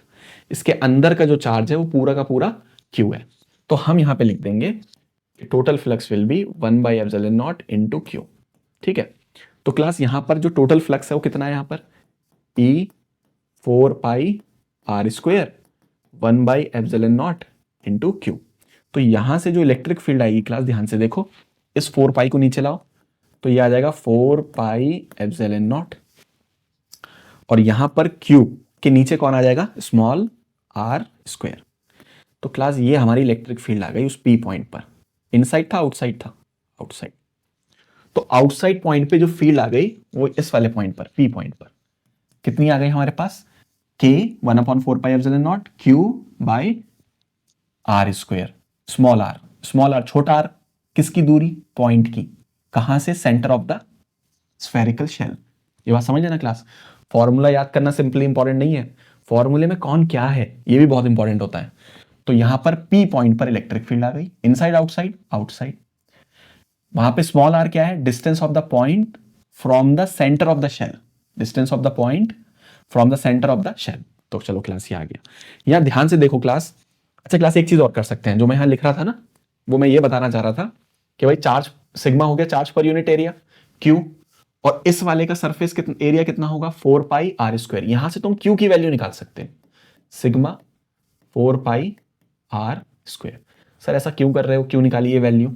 देखो अगर मैं ये फॉर्मूला सिग्मा के टर्म्स में चाहता हूं, किसके टर्म्स में चाहता हूं, सिग्मा, तो Q को रिप्लेस कर दूंगा, यहां से Q की वैल्यू मिल गई, यहां लिख दूंगा। ठीक है ना। तो अगर हम ऐसा लिखें तो देखो कितना आएगा क्लास, जरा इसके साइज को अरेंज कर लें, थोड़ी जगह बनेगी।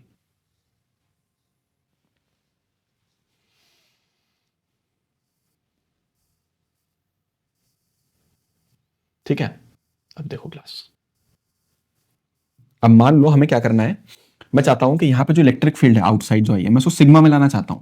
सर बिल्कुल आ जाएगी। अच्छा इसको के लिख रहा हूं, 1/4π, तो क्या लिख रहा हूं, के। क्यू की वैल्यू बताओ क्या होगी, sigma into 4πr², capital R², और नीचे कौन है, स्मॉल r²। ठीक है। अच्छा यहां पर अगर मैं के की वैल्यू भी पुट कर दूं, देखो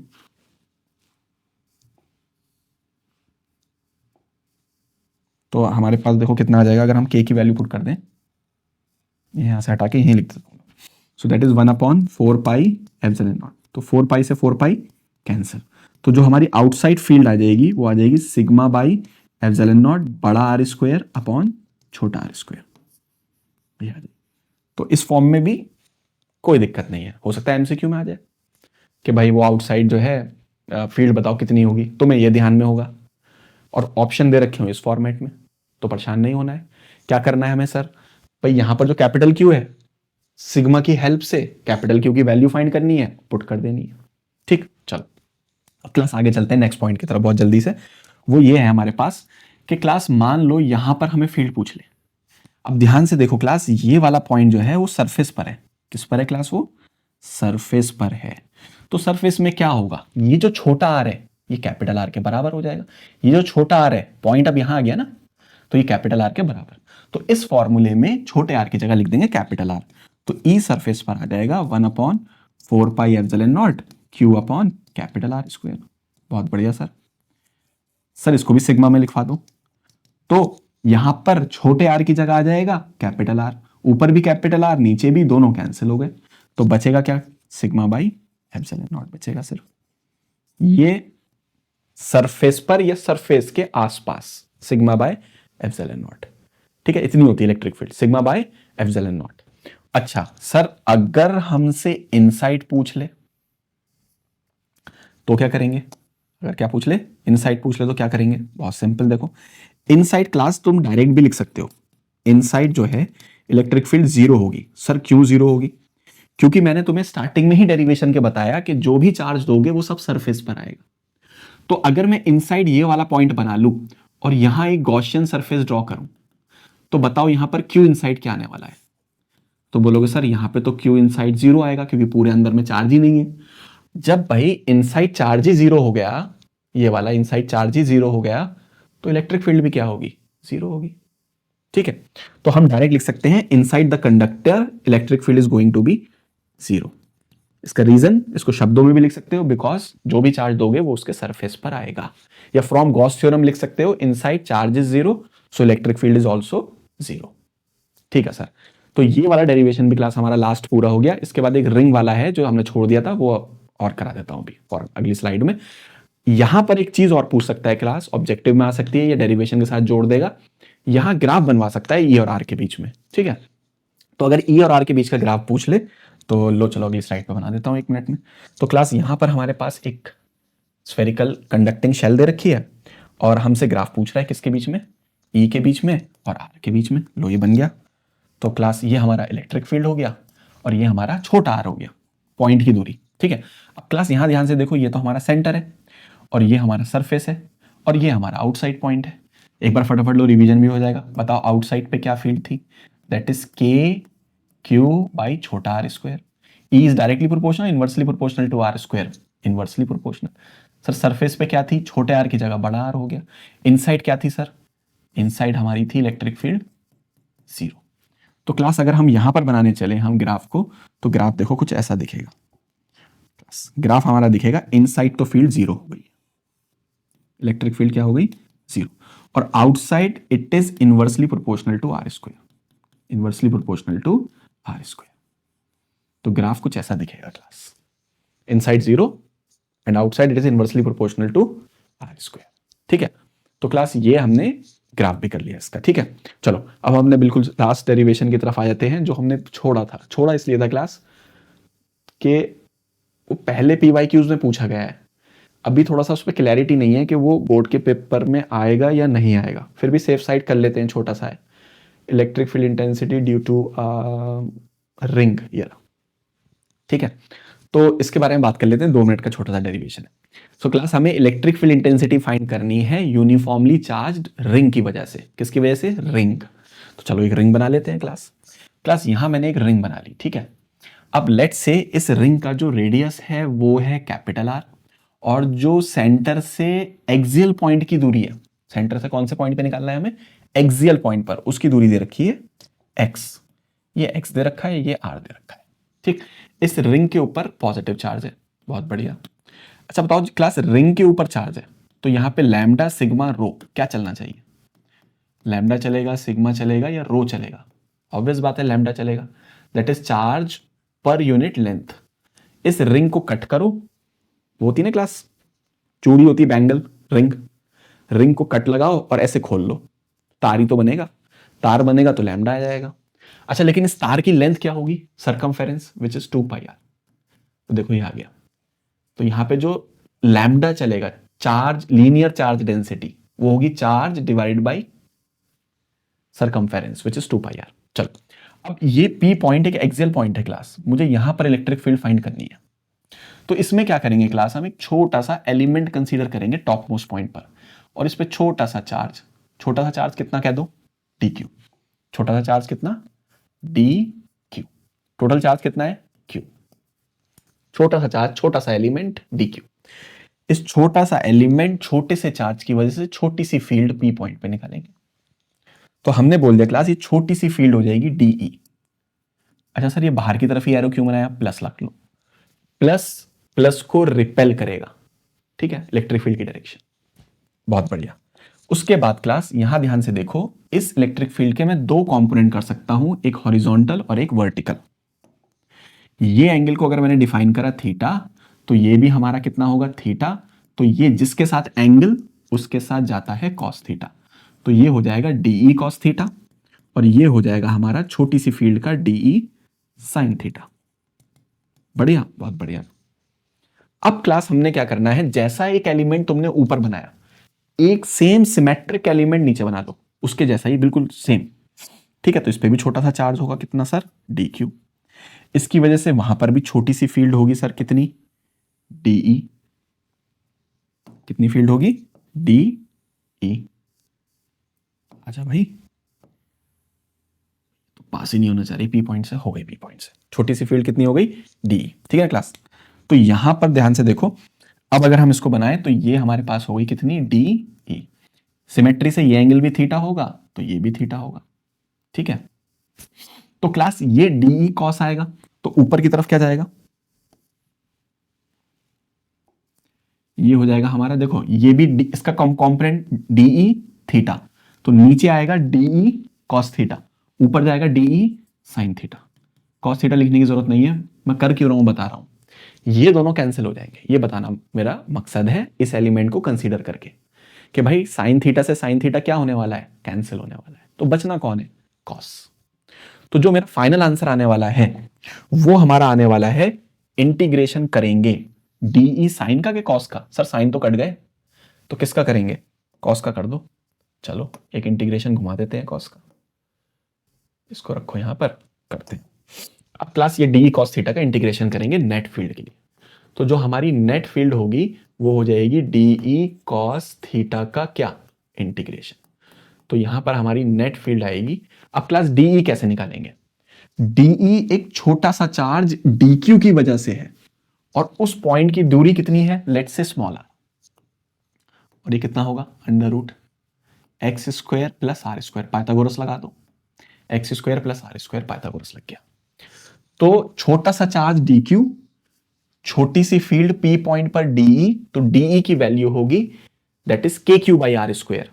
सर कहां से आ रहा है सब, याद करो डेरिवेशन कराया था, q चार्ज की वजह से r डिस्टेंस पर p पॉइंट है, तो इलेक्ट्रिक फील्ड क्या होती है, that is kq by r square, kq by r square, q की जगह लिख दो dq, ठीक है ना। तो ये करना है हमें।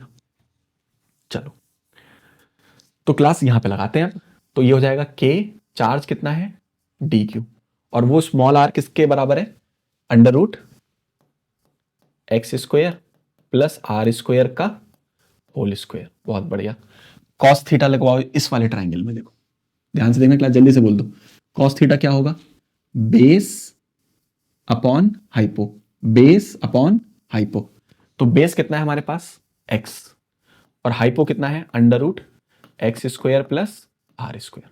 इंटीग्रेशन तो चल ही रहा है। तो क्लास यहां पर जो नेट फील्ड आएगी हमारी वो आ जाएगी, अब जो जो कांस्टेंट है बाहर निकालो, k कांस्टेंट है, x भी कांस्टेंट है, ये पूरा कांस्टेंट है। अब क्लास देखो ये स्क्वायर से रूट गए, तो ये की पावर हो गई 1 और इस वाले की पावर हो गई हाफ, तो 1 में अगर मैं हाफ को जोड़ूंगा तो 3/2 आएगा, तो यहां पे मैं लिख दूंगा x square plus r square की पावर 3/2 मल्टीप्लीकेशन में। अब ये सब बाहर आ गया, अब यहां पे सिर्फ क्या बचा है, इंटीग्रेशन ऑफ dq।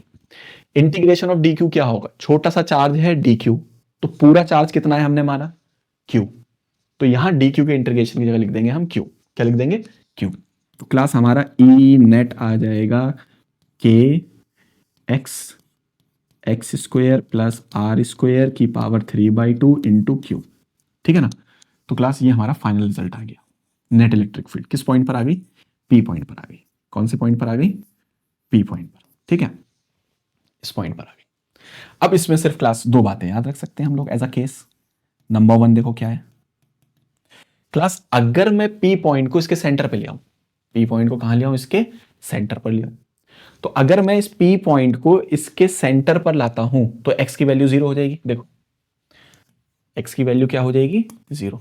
तो जैसे ही अगर मैं सेंटर की बात करूं तो x की वैल्यू 0 लिख देंगे, जैसे ही x 0 लिखोगे स्क्वायर से स्क्वायर कैंसिल, ये 2 से 2 देखो, r की पावर 2 से 2 कैंसिल, तो r की पावर 3 बचेगी, है ना। x की वैल्यू 0 हो गई, तो जो e सेंटर पर आने वाला है वो आ जाएगा k q x, x की वैल्यू 0 हो गई सेंटर पर, तो r क्यूब, कितना बचा r क्यूब।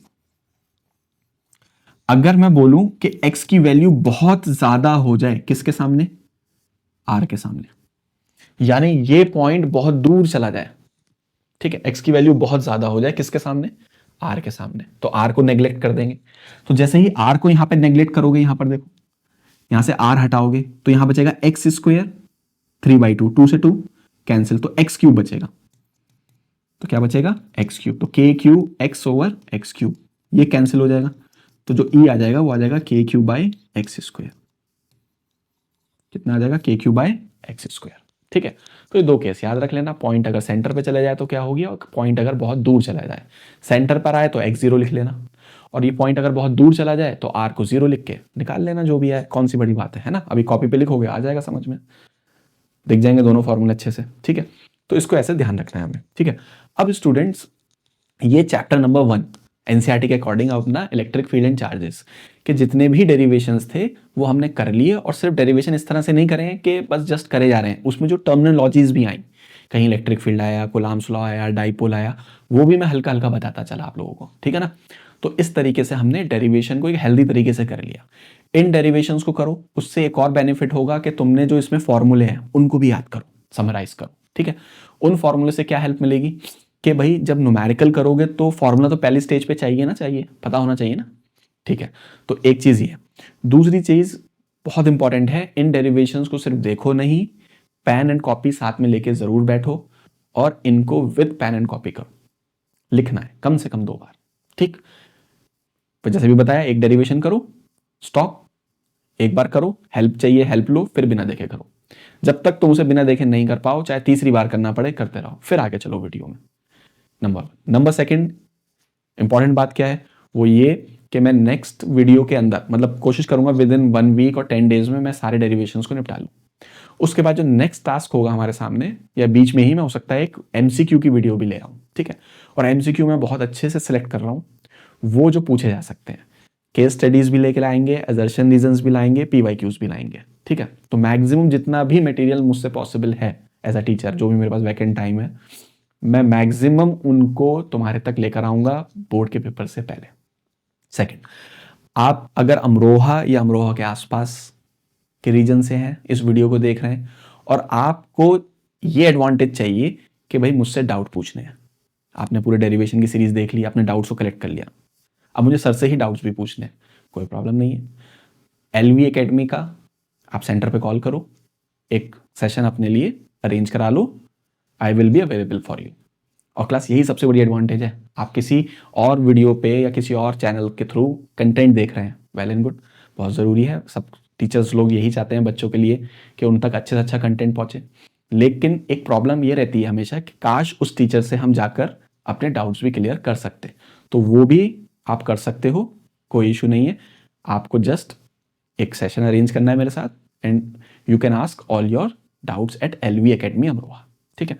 तो class best of luck, paper करीब है, टाइम वेस्ट मत करो बिल्कुल भी, बहुत कीमती है, एक एक मिनट कीमती है। और एक चीज़ और, सिर्फ एक ही सब्जेक्ट के साथ नहीं, हर रोज़ हर सब्जेक्ट को प्रॉपर टाइम देकर अपने बोर्ड्स में अच्छा स्कोर करो, फिर आगे भी एलवी एकेडमी, मैं मुअस्सर और बाकी सारे टीचर्स आपको टाइम टू टाइम गाइड करते रहेंगे कि आपको अपने फ्यूचर में गोल्स को अचीव करने के लिए क्या क्या टास्क रिक्वायर्ड है, ठीक है। चलो आज के लिए इतना ही, और मैं अब रिकॉर्डिंग स्टार्ट करता हूँ नेक्स्ट वीडियो की, ठीक है।